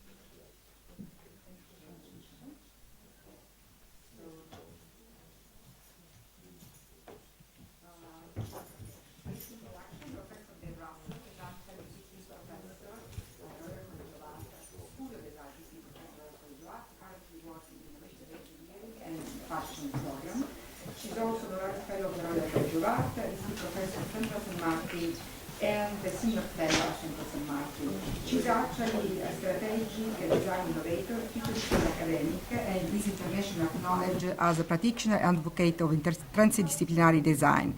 Her creative strategic guidance inspires innovative design cultures and projects within leading design and technology teams, including Unilever, Samsung Design Europe, Ford used Nokia, Philips Lighting, Herman Miller, Nike, and the Ideal Standards. She's here with us to talk about holding the future. Professor De Russell. Hello. Well, I've had the treat of actually knowing Richard and even coming into his workshops, and Tim, and of course Ron is with you. And it's a real treat to be doing this with all of them. It's a good thing. I have taken myself through to nothing is moving here. Here we go. So my career started before I left school, I realise now, because I visited the Russian embassy for tea with Yuri Gagarin, and I had the treat of being with somebody that had just been up in space for the first time around and he had only been back on Earth for 5 weeks. And he had been placed in this small capsule while he went on his journey. And with that, I realized that the idea of future is now, and it struck me very strongly. And then I started to think about, well, what have I done? What is my career? Because I'm one of those 70-year-olds that's putting everybody out of work. Everything that I have worked on within technology, you can put in that suitcase and put away, because it is no longer relevant. It's a museum piece. And as it's moved on between new technologies, it's taken itself for this very interesting route of discovery. And I've put in the ISS because I, again, watched that going around the world in the news, and then looked up in my street in Cambridge and saw the light and knew it was the ISS. Went indoors, looked on the laptop and saw that it was in Australia half an hour later. And so the idea of having augmented reality, the unknown, the new materials, is now and in my lifetime. So I've got a small film for you here, because in 1969 I was working with telecom services, and it was future, and it had a big F for future. What would we do without the telephone? I'll see you tonight then. Yes, all right. No, I said I'd come, didn't I? Wish I could see you now. Well, you can't, can you? You just have to wait. Supposing the telephone could provide vision as well as sound, then he could see her now. Wouldn't that be better? Yes, marvellous. Hello, Bill. This is Henry. Who did you say? Henry. I'm calling from London. Well, it's a dark, wet morning here. I suppose you've been basking in the sun all day. Well, let's have a look at you, Bill. Right, Henry, picture coming up. Gee, it's good to see you, Henry. You're certainly looking fit. I've got the plans here. It may help if you say exactly what the proposals are. There, now that shows the new road. Documents like this are transmitted in accurate detail by a slow scan, high-definition process. I'd like to take a copy of that. Yes, I think you should. Pressing this button suffuses the screen with ultraviolet light and imprints the copy on the photosensitive paper.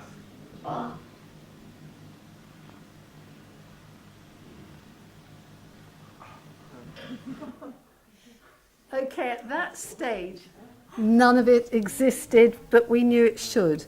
And we were nearly with a Polaroid at that point. And it's this idea of truly bringing to life the unknown and knowing that it is the right place to go. It's also the idea of inspiration, because I couldn't resist putting in that G3. There's a tremendous similarity there.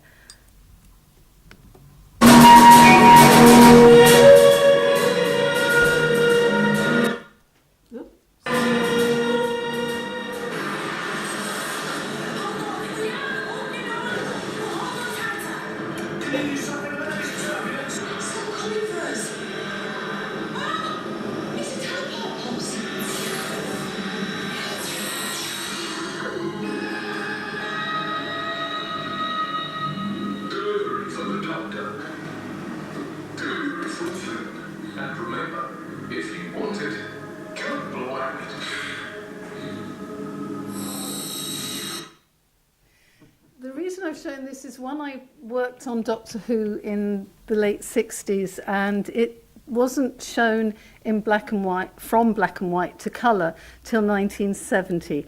So this idea of having two channels, black and white TV, is, for me, very recent. For you, the past distance or not.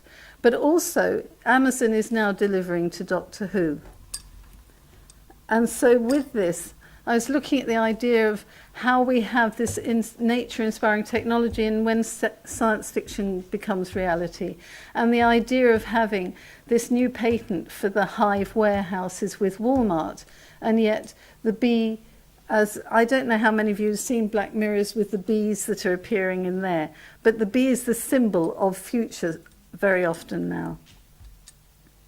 So if Leonardo was coming up with the design of the helicopter, he was my hero, not just because he came up with that concept, but he actually drew the vision of looking down onto the ground from the top of the mountain as though he was in a helicopter, and he could see the view that couldn't be seen, and it is seeing that unknown. So the futurism continues. All of these are 50s, early 60s, and yet it's the norm. It is here. We have them.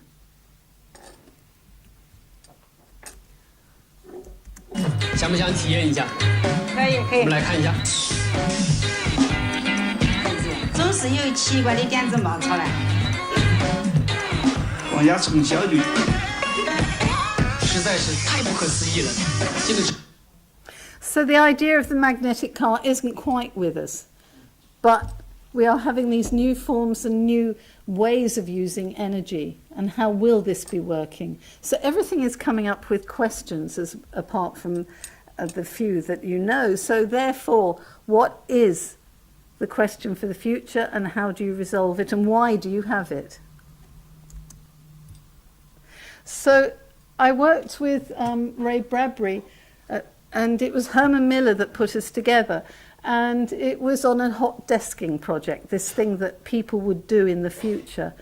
And they put us together with a stained glass artist, so completely echoing Ron's vision of interdisciplinary. Transdisciplinary is the area that I've been working in since the 70s, late 70s, early 80s. And with that, we were put with a stained glass artist. And the three of us were working on this weird concept of hot disking. Also working with IDEO, the idea that you have to understand collaboration of social cultural behaviours when looking at the idea of technology. So it's revealing what could be there, isn't yet there, nor may never be. And it's worth going towards that may never be continually. And holding the unmade through abstraction and revealing the concept intent. And it's this process that is enabling innovation and disruption through these abstractions. So the emotional experiences and behaviours to nurture and evolve the concept. It's taking this as part of your whole catalogue of... I don't know how to actually explain it, because every time I try to explain it, it comes out as too prescribed. And the magic of working with futures is you have this idea of a hunch. And again, I echo that. It's this idea of something that should be added. So observe, contemplate, assess. Research, analyse, adapt, deviate, and innovate. And it's navigating towards this potential, and you're crossing boundaries as to what the impact of that future reality could be. Where are you aiming? Is it this first section, the second section, or is it just the table? And I asked Mark Delaney, who I worked with when I was external creative director at Samsung, and he was the head of design there. And he sent this image, and his belief was that you have to be brave and take that jump. So what is breaking society? And what does he mean by that? I'm going to have to get him and talk to him about that. But it's also this dystopian view as opposed to the optimistic. And will we be having a 2-day work week with 5 days of rest? And what does rest mean? And what does that mean financially? And will it lead to new creativities? And what are those creativities? Where are you expanding to? Can robots be made responsible? I went to a talk with Kim Lee, and we were having a discussion afterwards with him, and he had a cute robot, and the robot was looking after the single child, and the parents were out, and it was the friend of the child. And there was no sense of relationship with that child. It was just a babysitter that happened to be a robot. So what does responsibility mean in this situation? And will robots have to demand citizens' rights when they become more human? And when learning to actually play a game as opposed to being taught, what stage is it taking it into this humanity? So we're having an exploration of possible behavioural effects through different materials that are taking us in and out of medicine, in and out of new enhanced body. I have been offered to have and rejected a knee replacement. I don't want that. I want an enhanced knee. I'm waiting for it, so if any of you are coming up with it, I'd like it. So it's designing that intangible and enhancing the tangibles and holding something that doesn't yet exist. I have a very strong way of measuring, and that is when the students are explaining a project, my hand is either heavy as they speak or show images or map it, or it's up here floating, there's nothing in it. And that is all at a stage where nothing yet exists, but you know they're holding this wonderful sensibility. It's also speculative design. We're looking at gender reclassification, we're looking at design fiction, we're looking at materials performance. There are many, many areas that are allowing us to think of the other, and what is the other? And do we want to bring in the other, or do we want to take what we know and push that further and forward through boundaries? Interpretations of usage and interaction. This Dunn and Raby piece is old, really old. It's at least 20 years old. And yet it was seen as almost impossible to ever imagine that somebody could be behaving with something that's so normal in such a different way. So what is normal? How do we behave with these things that we accept as the norm? And it's acknowledging and managing risk as a design catalyst.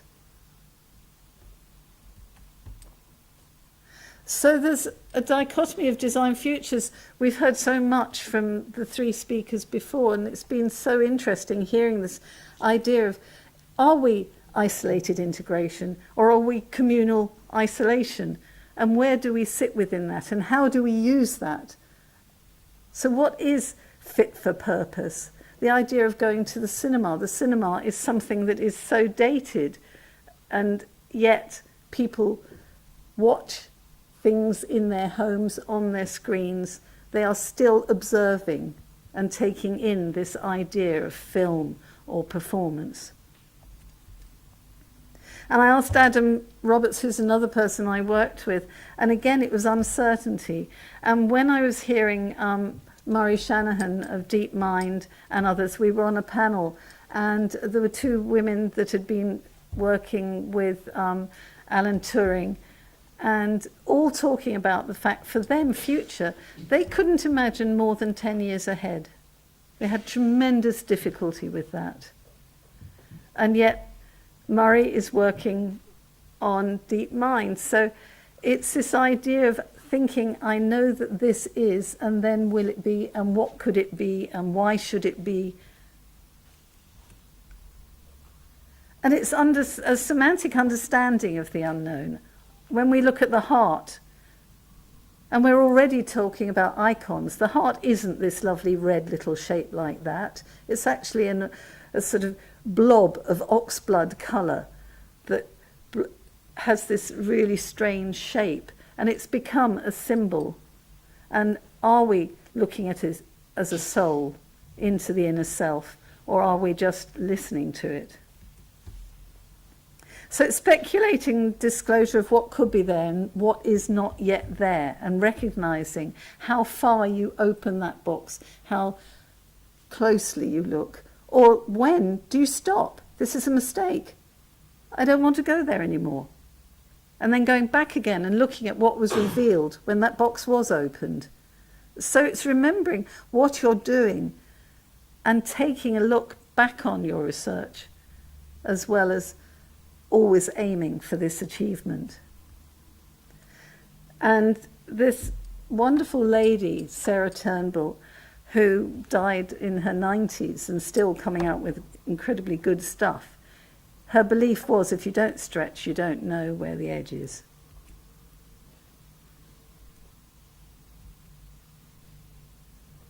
So J.K. Chesterton was saying, if it isn't that they can't see the solution, it is that they can't see the problem. So this is a lot of it. Coming last, I'm echoing all that I've been hearing before. But also this interpretation, translation, and revelation. Do we know the obvious, or are we seeing what is being felt, thought?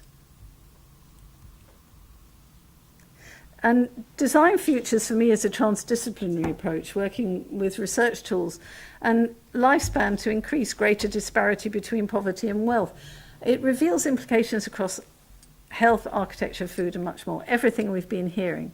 But in fact, this naked man is dressed. All it took was some tattoos. And so the idea of morphing into whatever it is, or revealing what is ever required. And I worked with a project, and this was looking at social research needs and innovation to enable technology rather than technologically enabling them. And it was the core, but everything else was actually working through recognition of social understanding. And we've heard so much about population growth, but in fact, when we have all these old people walking around or hobbling around, what does that mean? I had the weird experience of suddenly having geriatric on my hospital note. And that was a very strange mental experience. So when do we name people geriatrics? How long will the geriatrics be considered worthy of being listened to because they are geriatric? So not only are we changing the idea of people having pensions, but we're actually looking at what is considered the true understanding of the human mind and the human body as we progress to these new ages. And so again, I'm repetition, but it really is this idea of wicked problems that have to be resolved. The idea of having urban futures that are, Microsoft is paying really sophisticated learning by IT technicians in shanty towns of mud in Nairobi. And they're getting $9 and the local money earned is $3. And the rationale for only being $9 is you upset the local economy. So where do you stand with that? The idea of having small water rarity, I'm going to rest there because we've heard so much. But also, the idea of rising seas threatening to engulf homes. Not only do we have Brexit with the UK, but the UK is disappearing. We're going to be this little tiny thing in the sea. And I live in Cambridge, and I'm going to be on the coast. So, if I'm alive. But I'm presuming that all that we've heard is going to keep me alive to live on the coast. So, when we take all this into the norm, well, what is transport? Why are we putting rail lines to places that won't exist? And will we just be hovering above and landing? And therefore, if we're putting energy into place and we're building these solar places, what will happen when the whole sea line changes? And the idea of having relationships with making water. And this was a really lovely project because it was actually having domestic water supply, and it worked extremely well. And so provocation and designing for provocation is so relevant for dealing with the future. And this repertory of materials, again, so important. And Rachel Armstrong had worked on a wonderful project which was actually helping Venice literally stand up in the water. So her biomaterials have been working with responsive architecture. So what will we need if we're going to actually change our whole idea of what is landscape. And water has been found on Mars. Steve Wozniak, we saw the earliest Apple computer, and we now see the image that was being worked with Steve Wozniak, saying we're going to be living on Mars. Hotels to be built on the moon, NASA is predicting that. A tiny little helicopter has been created and designed that will work on Mars. And are we going to be living on other planets? So what does that mean about Earth? What is Earth in that whole triangle of Earth, Moon, Mars? So the future's here, and it's for you to reveal. This was a tiny little précis to end these wonderful speakers' talks. And we're going to have a short break and then go into a panel. Is that right, or are we going straight into the panel? Well, I guess it's up to everyone else. Would you like to have a short break?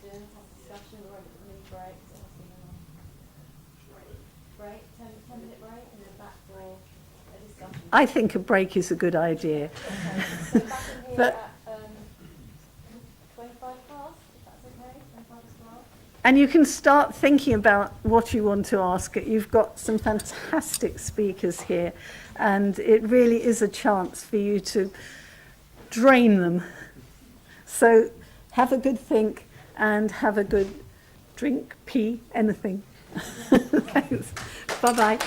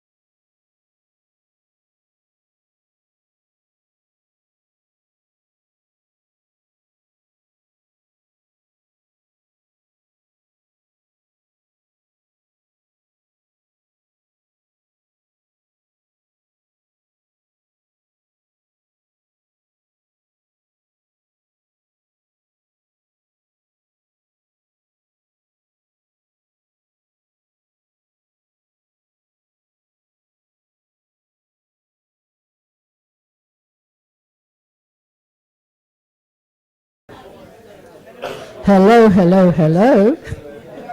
Hello, we're going to start. I don't know how loud to make my voice. Does this feel comfortable? I shall shout a bit louder.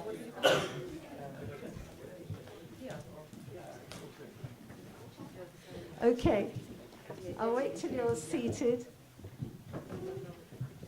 Well, thank you so much for sitting here for this period of time.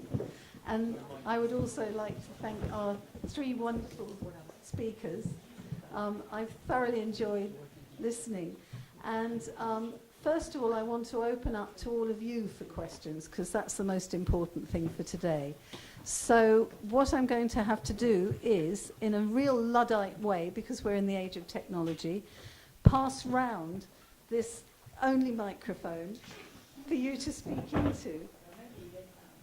Or are you very good at shouting? Can you shout? Can you shout? Even up there? Oh, good. That's fine. Okay, hands up. Question. Yeah. I'm going to be really crude with this. Person with hat. There.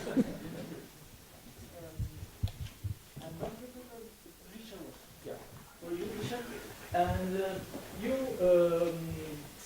told us the story about the horse school, and the future is not like with the 10 feet of school in London Street, but London Street and full of smog. Yeah. And the thing is that we can change the way we live, but if we keep growing as a number, aging, is it? I really like the optimistic view, because I'm not this optimistic, and I like to speak with optimistic. So, because it's like good for the soul. But still, I feel that keep growing and this blind trust in technology and this will to grow and grow more and more is like sustainable. I'll answer that in two ways. I mean, first of all, there's a really important thing that I touched on there, which these people may disagree with, but it seems to me that when we think about the future, what we tend to do is extrapolate our own recent past experience forward. We rarely go back very far, and one of the tricks, I think, in terms of going forward is to go back a very long way. So if you wanted to look at the future of the automobile, you should go back to its invention before you do anything. So that's the first thing. In terms of the optimism-pessimism thing, and we can actually maybe pick up on this in terms of the sci-fi link, there seems to be two broad scenarios. There's the sort of abundance scenario and there's the scarcity scenario. And even futurists tend to sort of split between the younger ones. The future's generally quite good, and the older ones are a bit, it used to be better, and when I was younger, kind of thing. I mean, I don't permanently inhabit either pessimism or optimism. I could kind of go between the two. So, when Trump first got elected, I was deeply pessimistic, but I kind of began to accept the situation. I kind of relaxed about that, and this happens quite a bit. I mean, it's quite nice to be called an optimist, because normally I get called a pessimist, but maybe that's just the slides I had today. I mean, I think there are a lot of really, really good things, and I touched on some of those. Really important things, like, how long people are living, although it's not just how long, it's quality of life. All of these things. There are some really serious threats. I don't think number of people is particularly one of them. I think we're more likely to blow ourselves up or design bugs that kill us, biological warfare or something. I just think as a species we're incredibly imaginative and inventive when we need to be, and I think we can solve things like food and water and energy, as we've seen with solar and so forth, if we really want to. I mean, what else would I say about that? I think there's something in the air at the moment which is quite pessimistic, and I think it is possibly linked back to the level of change, and to some extent there's a lot of bad guys in charge now, it strikes me, and that's sort of fueling this sort of air of despair, and I didn't really get into it properly, but I think one of the reasons for the anxiety is we can't see a future. Nobody's really articulating anything that makes sense to anybody, and we desperately need that. I just wanted to say it's not always looking back and seeing the best and now is the worst. I can remember being at school and it was the Bay of Pigs and we were all going to be blown up when it was between Russia and the USA. Things like that happen, and then luckily it didn't happen, so all was fine. But the idea of dystopia and utopia and where we fit within that, I wasn't sure whether to just have a whole scene of, you know, it's Brexit, it's Trump, it's this, but they are actually small political if you look at the overall picture, and it's whether you're looking at that overall or particular points. I grew up and you had a coat and I wasn't poor at all, and it lasted till you needed a new one, which was maybe 5 years, even 10, 15 years. So we've just changed as a society and we've become a new commercialization until I take us to another country that doesn't have that Western approach and is taking, and that's why I wanted to mention Nairobi and Tim mentioned things.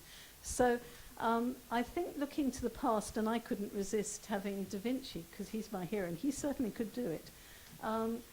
But he didn't know how to. But he did, if you look at those drawings. And the Chinese were doing that before with the rotary blade.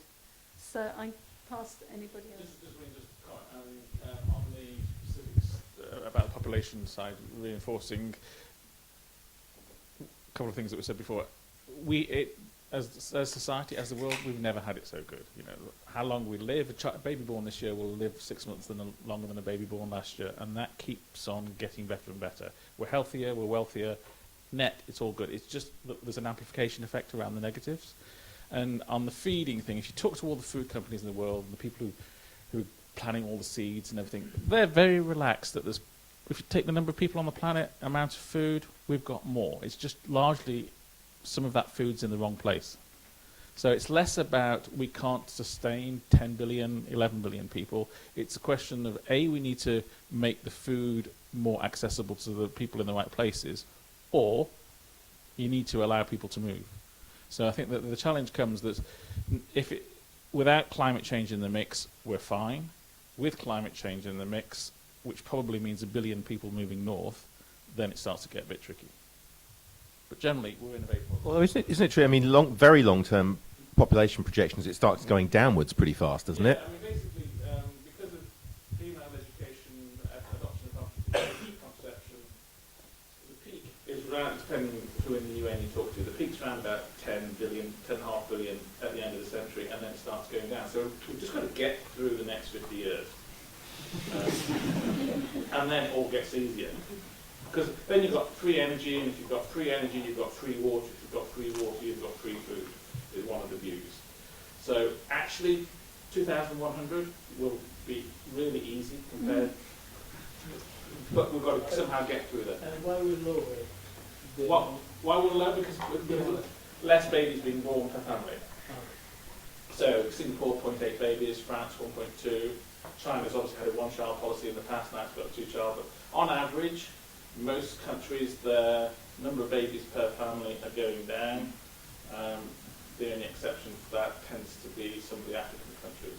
And that can change incredibly quickly. So Iran, when Iran had the revolution in 1979, within 10 years they went from 7 babies per family to 2 babies per family within only 10 years. So massive cultural change can have massive impact on these bigger problems. It's not just going down, it's below the replacement level in a lot of countries right now. So if it wasn't for migration, a lot of countries would be in a lot of trouble. And to my mind, that's what a lot of this robotics automation is about. It's trying to replenish workforce size and productivity.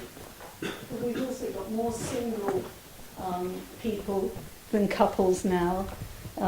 This idea of marrying at the age of 21, you're going to be a wife. All of these have gone. And so we're looking at new ways of living in society in the West. We're also looking at new ways of gender identification, which isn't always producing a child. So it's really working in that way, I think, in a way that will enable it to become more fluid and work in a better way for mass population. But we're also not really facing up to politic. It's there, hovering. And politic is, will we have that war? What is being done about society? And those factors, I rest my case. I have to just leave it. Ron. Well, I'll try to be optimistic. I'll give you a specific example that I work from time to time for the UN, and I've spent quite a bit of time in Kosovo. And as you may know, the conflicts then have, I'm not saying gone away, but they have sort of died off. I was there to help restart their university because one evening when a secret university faculty meeting was being held in somebody's basement, a truck pulled up, they were all put in the truck and buried alive. So it was a clean start, let's say. But I was impressed with people who had in extraordinary hardship, whose human, I don't want to sound cliche, but their human spirit was ready to restart. And I think it's about them taking a leadership for themselves. You're there carrying their luggage, being an assistant for this, trying to make things go easier. And so I walked out of that situation quite optimistic about the future and learned a great deal about how we can resolve those kinds of conflicts with an eye to the future. So there's one thing also, with Samsung, when I first went to work with them, they were explaining to me how it's so difficult setting up a design unit with, they had a lot of young designers, and now it's just a million times bigger, well not a million, but many people. But they actually had had 500 years without design. They weren't even designing a chair. And so this idea of design was seen as something, I don't know, it was going against the norm. And so design became this very strange, you hold it over there as, well, we don't really talk about it. And yet, if it were art or it were culture, it was fine. So it's this movement of labeling all the way. Is there another question? I've got the technology in my hand, and people have been giving me questions from the live streaming. We've been streaming in. One person is looking at addiction and smartphones and mental health, and so they were interested in how technology is becoming more and more personalised. And do you have any ideas on how this might be radically different in the future or make socially positive technology? Yeah, there's a lab at Stanford that I'm very interested in that you all should have a look at. It's called the Captology Lab. And it has some fuzzy areas, but I do some work there with them. And we can, and now we have an ethical question, but this is about design. These are interactive designers who are working on this. We can subliminally, as you sit in front of your computer, get you to stop smoking. We can get you to stop beating your children. We can get you to exercise more. And we're just doing this not on a mass scale. Well, you don't know that, do you? No, we're doing this as trial tests, but as a form of therapy, and designers are directly involved, it's become enormously effective. And now we have, and this is where designers need to be at the table. Now we have an ethical decision to make. We can do this. Should we do this? I mean, that's something I've been writing about for over 10 years. It's something that concerns me deeply, but I sort of see the light at the end of the tunnel on that one. I mean, what worries me most of all is first of all, it seems the future's being designed by a bunch of young white men in California at the moment, and that doesn't suit everybody, right? Like, where's the female perspective? Where's all kinds of other perspectives? I am very hopeful, though, actually, that out of a sort of broad AI, we're going to get the rise of the humans, and I think ethical is going to come very strongly forward. I mean, to my mind, there are three things I hope AI will never be able to do. One is high-end creativity. One is authentic empathy, so human-to-human interaction, and the third one is around ethics and morality. And we're beginning to see moral code having to be designed into computer code now. And the classic example is the autonomous vehicles. Somebody has to design in the morality around that vehicle, because certain things are going to happen and the machine will have to make a choice. And explainable AI is getting into this a little bit as well. With the phones, and I have two youngish kids, they're to some extent the lost generation in that they just got given this stuff without any boundaries around it. And we're now beginning to have dialogue around, well, you shouldn't use it in this circumstance, or you should maybe turn it off there. When it wasn't me, somebody said when technology pushes too far, we pull back. And I think we're beginning to see that around a lot of this addictive technology. But I know for a fact there's a very large company that a lot of you will admire, and it's not Apple, that is deliberately designing applications to be addictive, which I find morally repugnant, quite frankly. That will change. So just two quick builds on what other people said. So I think the simplistic screen time view, it's interesting as to just how much peer pressure has come on the big tech companies to start launching things like all the various, whether it's the Apple, the Google versions, etc. At the moment, they're saying this is how much time you're spending, but what they're trying to work out is how do you do with good screen time versus bad screen time. So that's the big ethical side of who's going to make that decision. Just to give a slightly sort of positive view on technology, I was in Singapore, where obviously you've got a quite extreme society, but doing very well. And talking to some of the doctors there, they said that they've got an interesting instance where young mothers in Singapore, where going back to our previous conversation, you only have 0.8 babies per family. So young mothers there are under huge social and mental pressure to have a successful first birth. And what they found is that because of that, and also because of a couple of other social issues, that particularly under 25-year-old mothers are far more relaxed, are far more open, and are far more trusting of talking to a chatbot in the early stages of pregnancy than they are in talking to a doctor. So whether it's a generational reflection or the pressure that they're under, but there's in the all the studies they've been doing over the past 2 years, far more openness about how you really feel as opposed to how you think the person you're talking to wants you to feel is happening. And okay, it's Singapore, it's an extreme example, but it just sort of shows you that maybe there are times and places where, from a mental stress point of view, the technology can open up an avenue that is better than the one that we'd naturally be inclined towards. You brought up, in passing, trust. And I've noticed that, at least with my graduate students in service design at the college, this is an issue that keeps coming up. Is their responsibility about redesigning what the future of trust will be with technology and all sorts of other pressures put into place. And they see, or they feel, as though there is fundamentally a difference between the way in which we understand trust now and the way in which the preceding generation understood it.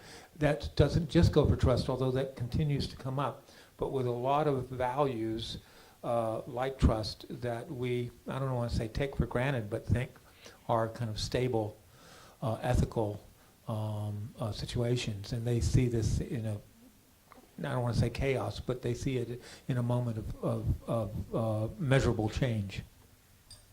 I'm also aware that companies are aware of this, and I'm not sure where it sits, because companies desire to make money and be seen to be good. But in fact, Apple, in a way, is a very good case study of something that was seen as pure, and it's now like it's falling off the tree. So there's that side of it. The other thing is that I'm aware that Hitachi have been looking at truthfulness and trust. And this idea that companies need to do that. On the other side, if you look at every bank advert, it's not a bank advert, it's a poem, or it's ordinary people living ordinary lives, and then at the very end, oh yes, it's produced by that bank. And now other shops have taken on to that. And that's a Western advertising, but it's still being aware that they need to portray themselves as we are with the human. and we are part of your lives, or even we're the optimism for your future, and that's spooky. Any other questions? Yeah, so with technology becoming more and more personalized, how do you sort of enable people that start living in these very different information universes to actually communicate with each other and sort of prevent this inequality or divide from expanding? Because if you're both following very different media streams and it's becoming more and more personalized to your current opinion, how do you sort of then bridge the gap again in the future? So I'll start off to give everybody else something deeper. I just think we're almost like at a schism at the moment, that because of all our Facebook bubbles or our Instagram bubbles or whatever, that actually at a day-to-day level, society is increasingly fragmented, but we think we're more informed. But we're more informed by people who are like us.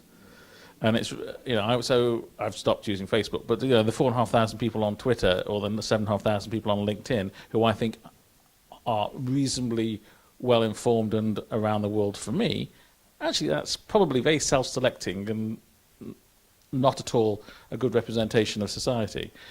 So I wonder how over the next few years, if the wider recognition, which clearly is happening, that states are hacking the social platforms to manipulate how these subgroups think at a very sophisticated level, and don't think about Cambridge Analytica because that was sort of like my first pony level.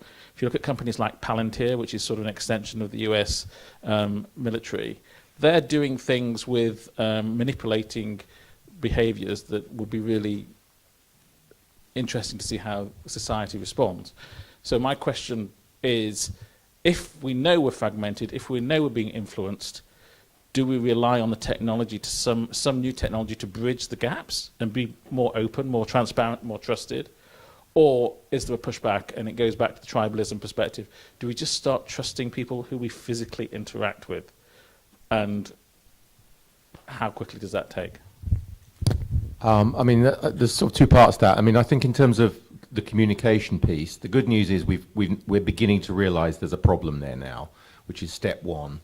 In terms of how we solve it, I don't know. I think just switching things off, talking to people in person. I mean, it's encouraging. For example, there's a French tech company called Atos, and rather than sort of dress down Fridays, which are a waste of time these days because everyone's dressed down the whole time, they've got kind of tech-free Fridays. So they say, do not email somebody if they're 6 feet away. Go and talk to them. Phone somebody up. Or go and see them in person. So again, this is a good example of the sort of the rebalancing bit. I mean, in terms of the inequality, I don't know. I'm not quite sure.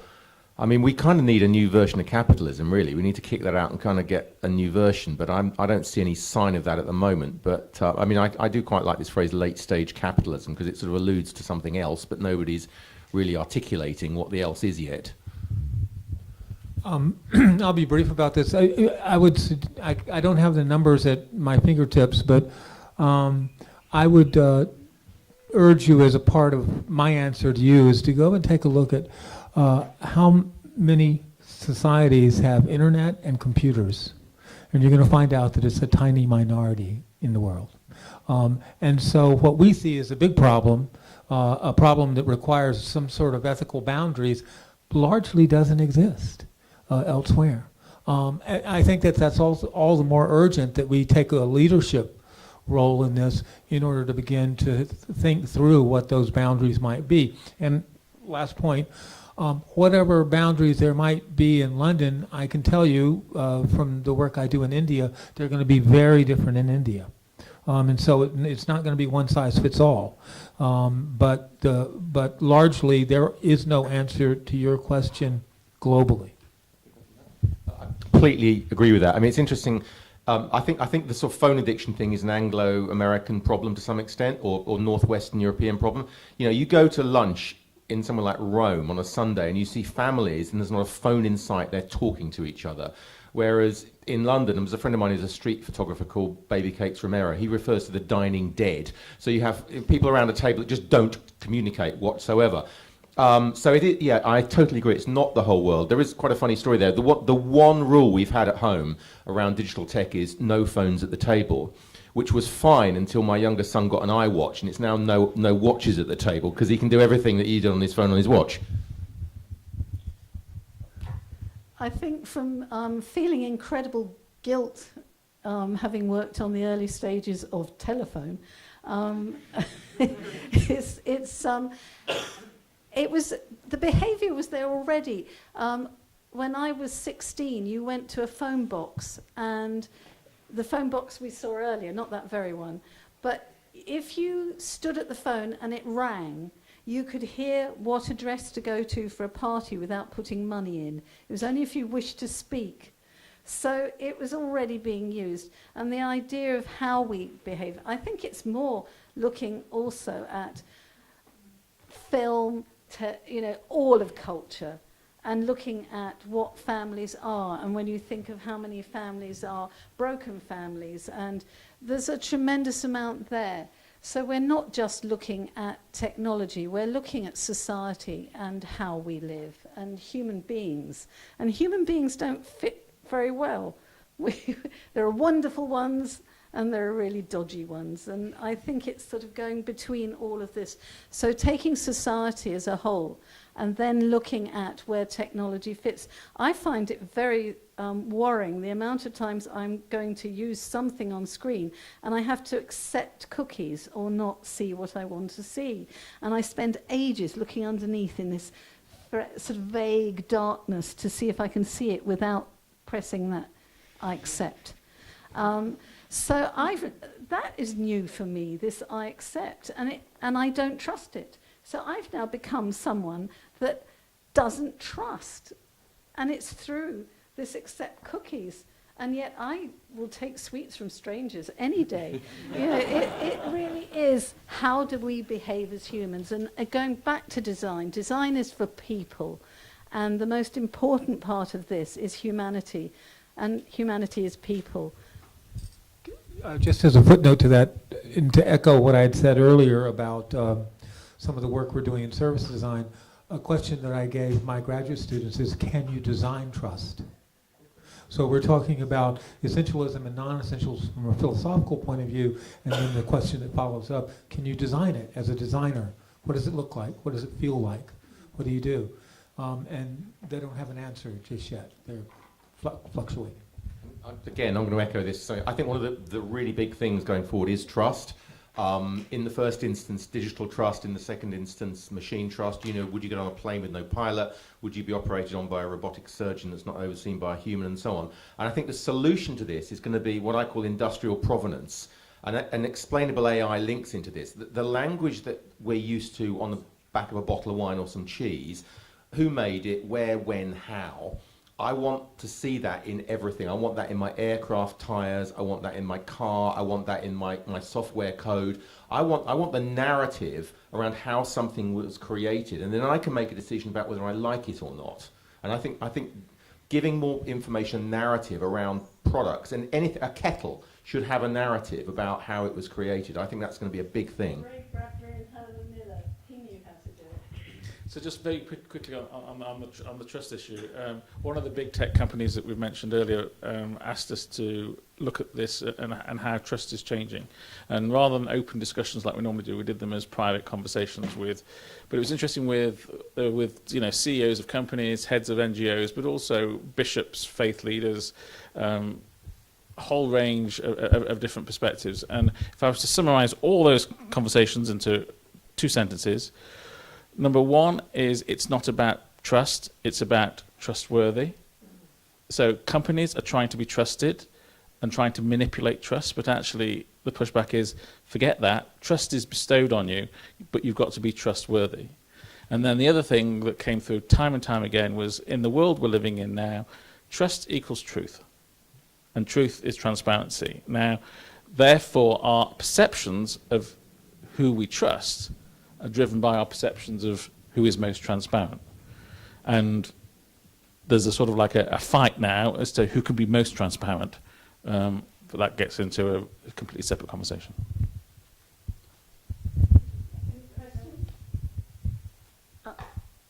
Lots. All right, hand up quickly. There. Looking at the panel we have today, could you guys comment on how you navigate the boundaries between futurism and science fiction and actual science?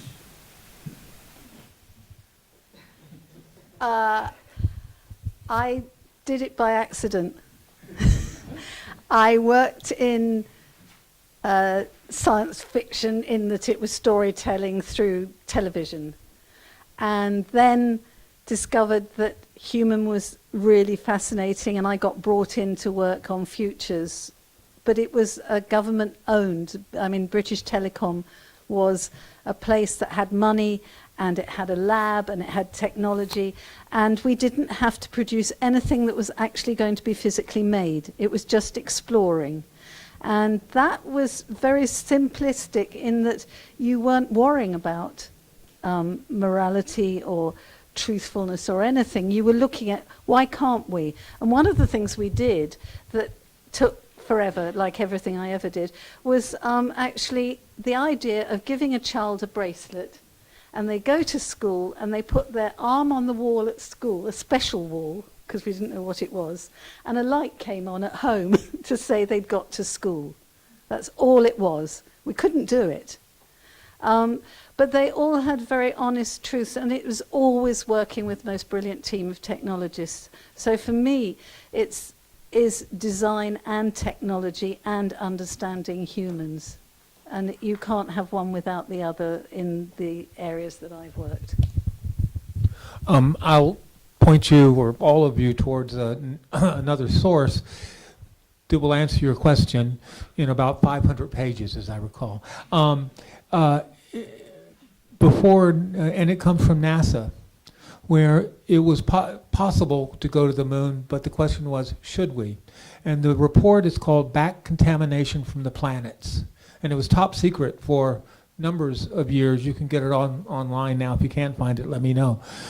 It's fascinating reading because it's this mixture of science fiction but God, if we do this and bring back a moon rock and it kills, they weren't worried about it killing people, but trees. So we couldn't recirculate oxygen. That was their big concern.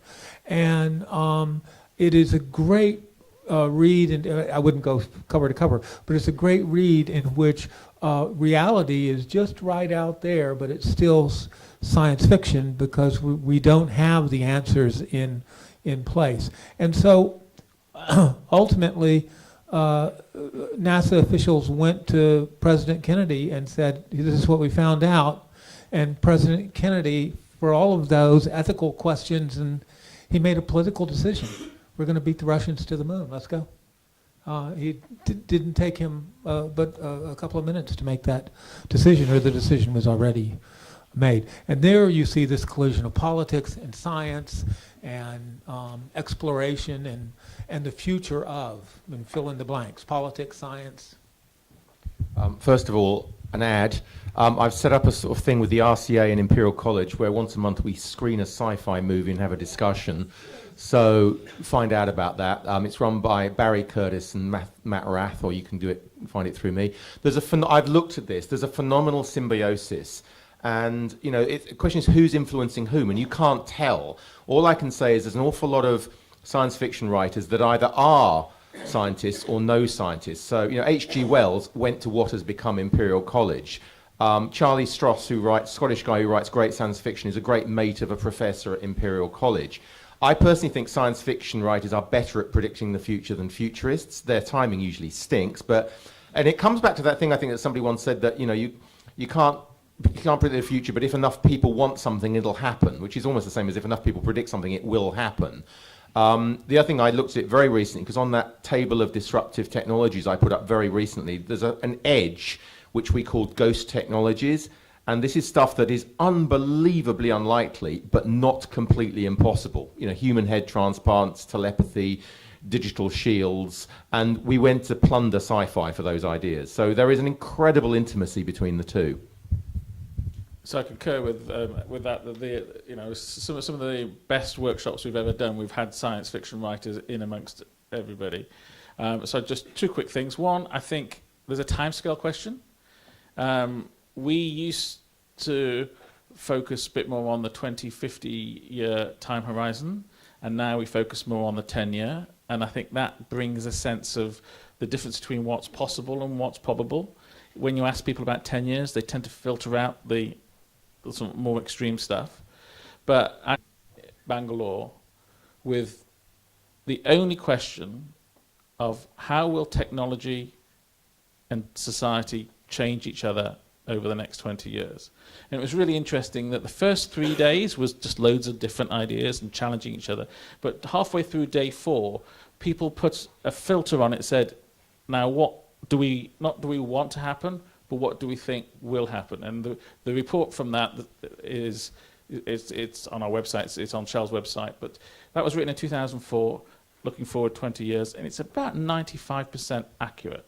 So it talks about AI, it talks about self-driving cars, gene editing, etc. And it's really interesting as to how a group of 30 people from all over the world who'd never met each other challenged each other, but it took until the 4th day before the noise started getting edited out and we ended up with credible stuff, and that was a 20-year view. I just wanted to add to my answer very quickly. How many, I'm just only curious about this. How many people have heard of this U.S. government agency called DARPA, D-A-R-P-A? Yeah. The answer to your question is on DARPA's site, at least in part. And just as one example, DARPA's working on a project which they don't ever tell you very much about, but where a armed robot liquefies and then slithers under a door and then comes together again. If you want to read sci-fi, get to DARPA. Forget sci-fi writers. There's also, recently I took part in a thing that was Humanities and AI at Jesus College, and the fantastic mix of people. So you had the technologist and the socio-cultural, and also 2 people that were behind a CBBC program. And that was incredible because I didn't know about it at all. And it's about a robot called Eve. And it's for 12-year-olds. It's very scary. And it is really good at showing how a robot can behave. So anybody that can catch Eve on CBBC, it's there. And the other one is, I think that the mixture between human behaviors, technology, and futures, everything, is I know it's pretty dystopian, but Black Mirrors. I want to quote it again and again and again. And how Charlie Brooker has taken Black Mirrors through was to actually jump around and look at so many different scenarios of human behaviors and human interaction to allow us to look at science fiction. Just very quickly, there's a really interesting article in one of the papers with Charlie Brooker, who wrote Dark Mirror, and he was saying, I completely agree with this, the problem isn't Black Mirror. Dark Mirror? Black Mirror? Black Mirror. He was saying the problem isn't technology, it's humans, which gets back to the point, technology amplifies and accelerates what's already there. So it's not technology. Technology is neutral until you put it in the hands of a person. Yeah. Question. I saw you trying to ask lots of times. Did you want to ask now? Yeah, one personal question. So you talked a lot about that people, that a person in general is very negative about their own, in their own time period, in the period of time that they live in. And in the bigger picture, it usually never happens that bad. It's never that dystopian as they say, as they predict. So I wanted to ask, like, how far, for us as designers, it's important to look at this bigger picture and trying to, like, design for a further future, a longer future, or like for a future for tomorrow, to design for tomorrow, for what's happening now, what we know now. As a designer, you should look as far as you can look, as wide as you can look, and then really focus on your intent of what it could be, should be, and how it could be and should be. But don't have that sense of cut off. It's relevant to whatever you're thinking about that is required, or could be, or should be. The magic of design is to take it into a position where you feel that you can start put the pieces together. So it's like you dropped a jigsaw on the floor and you may be looking for that piece that is in another room, but it's there and you know that it's there. You just haven't found it yet. So I don't think there should be a time cut off. I think it should be looking at the relevance of how you can make it and what could be made, if that makes sense to you. Just very briefly, I would say it's what you're trying to design. If it's a refugee camp, let's get it done by tomorrow. But if it's a new form of communication, it may be 20 or 30 years out. I mean, I think all design to some extent is a conversation with the future. I think you've got to get a balance. If you want to get paid, design for tomorrow. If you want to change the world for the better, design for 100, 200 years out. And, you know, if you do the one successfully, you can get paid to think about the further out stuff. And it's also, I think you get, the more you go out, the more interesting it's going to be, frankly. Yeah, I just concur. I think it's the flipping back and forth. I think don't constrain yourself. You want to get paid, so you probably have to do some short-term stuff. But I think if you give yourself the freedom to be end of the century, you know, when I was quoting Ray Kurzweil with the free energy equals free water equals free food perspective, that's quite a far-out point of view where solar energy is so abundant that it's free. But it gives you hope and inspiration to say, well, in that case, let's solve this short-term energy storage problem because then we can realise that future. So I think it's probably I tend to spend 90% of my time 10 years out and then 10% of my time 90 years out, just to keep on calibrating. Very quickly, you remind me slightly of there's a guy called Paul Arden who's an art director at such and such, and he had a line. It was something along the lines of, you can water a great idea down, but you can't water a weak one up. So go big. And also, if you want to earn money, you can still work towards the future. Because when people come around the RCA end of year show and there are people working on really futurist projects, their talents and their vision and their capability can be seen by people as much as the literal now, this is how you can do it. But you have to make sure that you are performing to the brief that you have created. That's the important thing. We finished.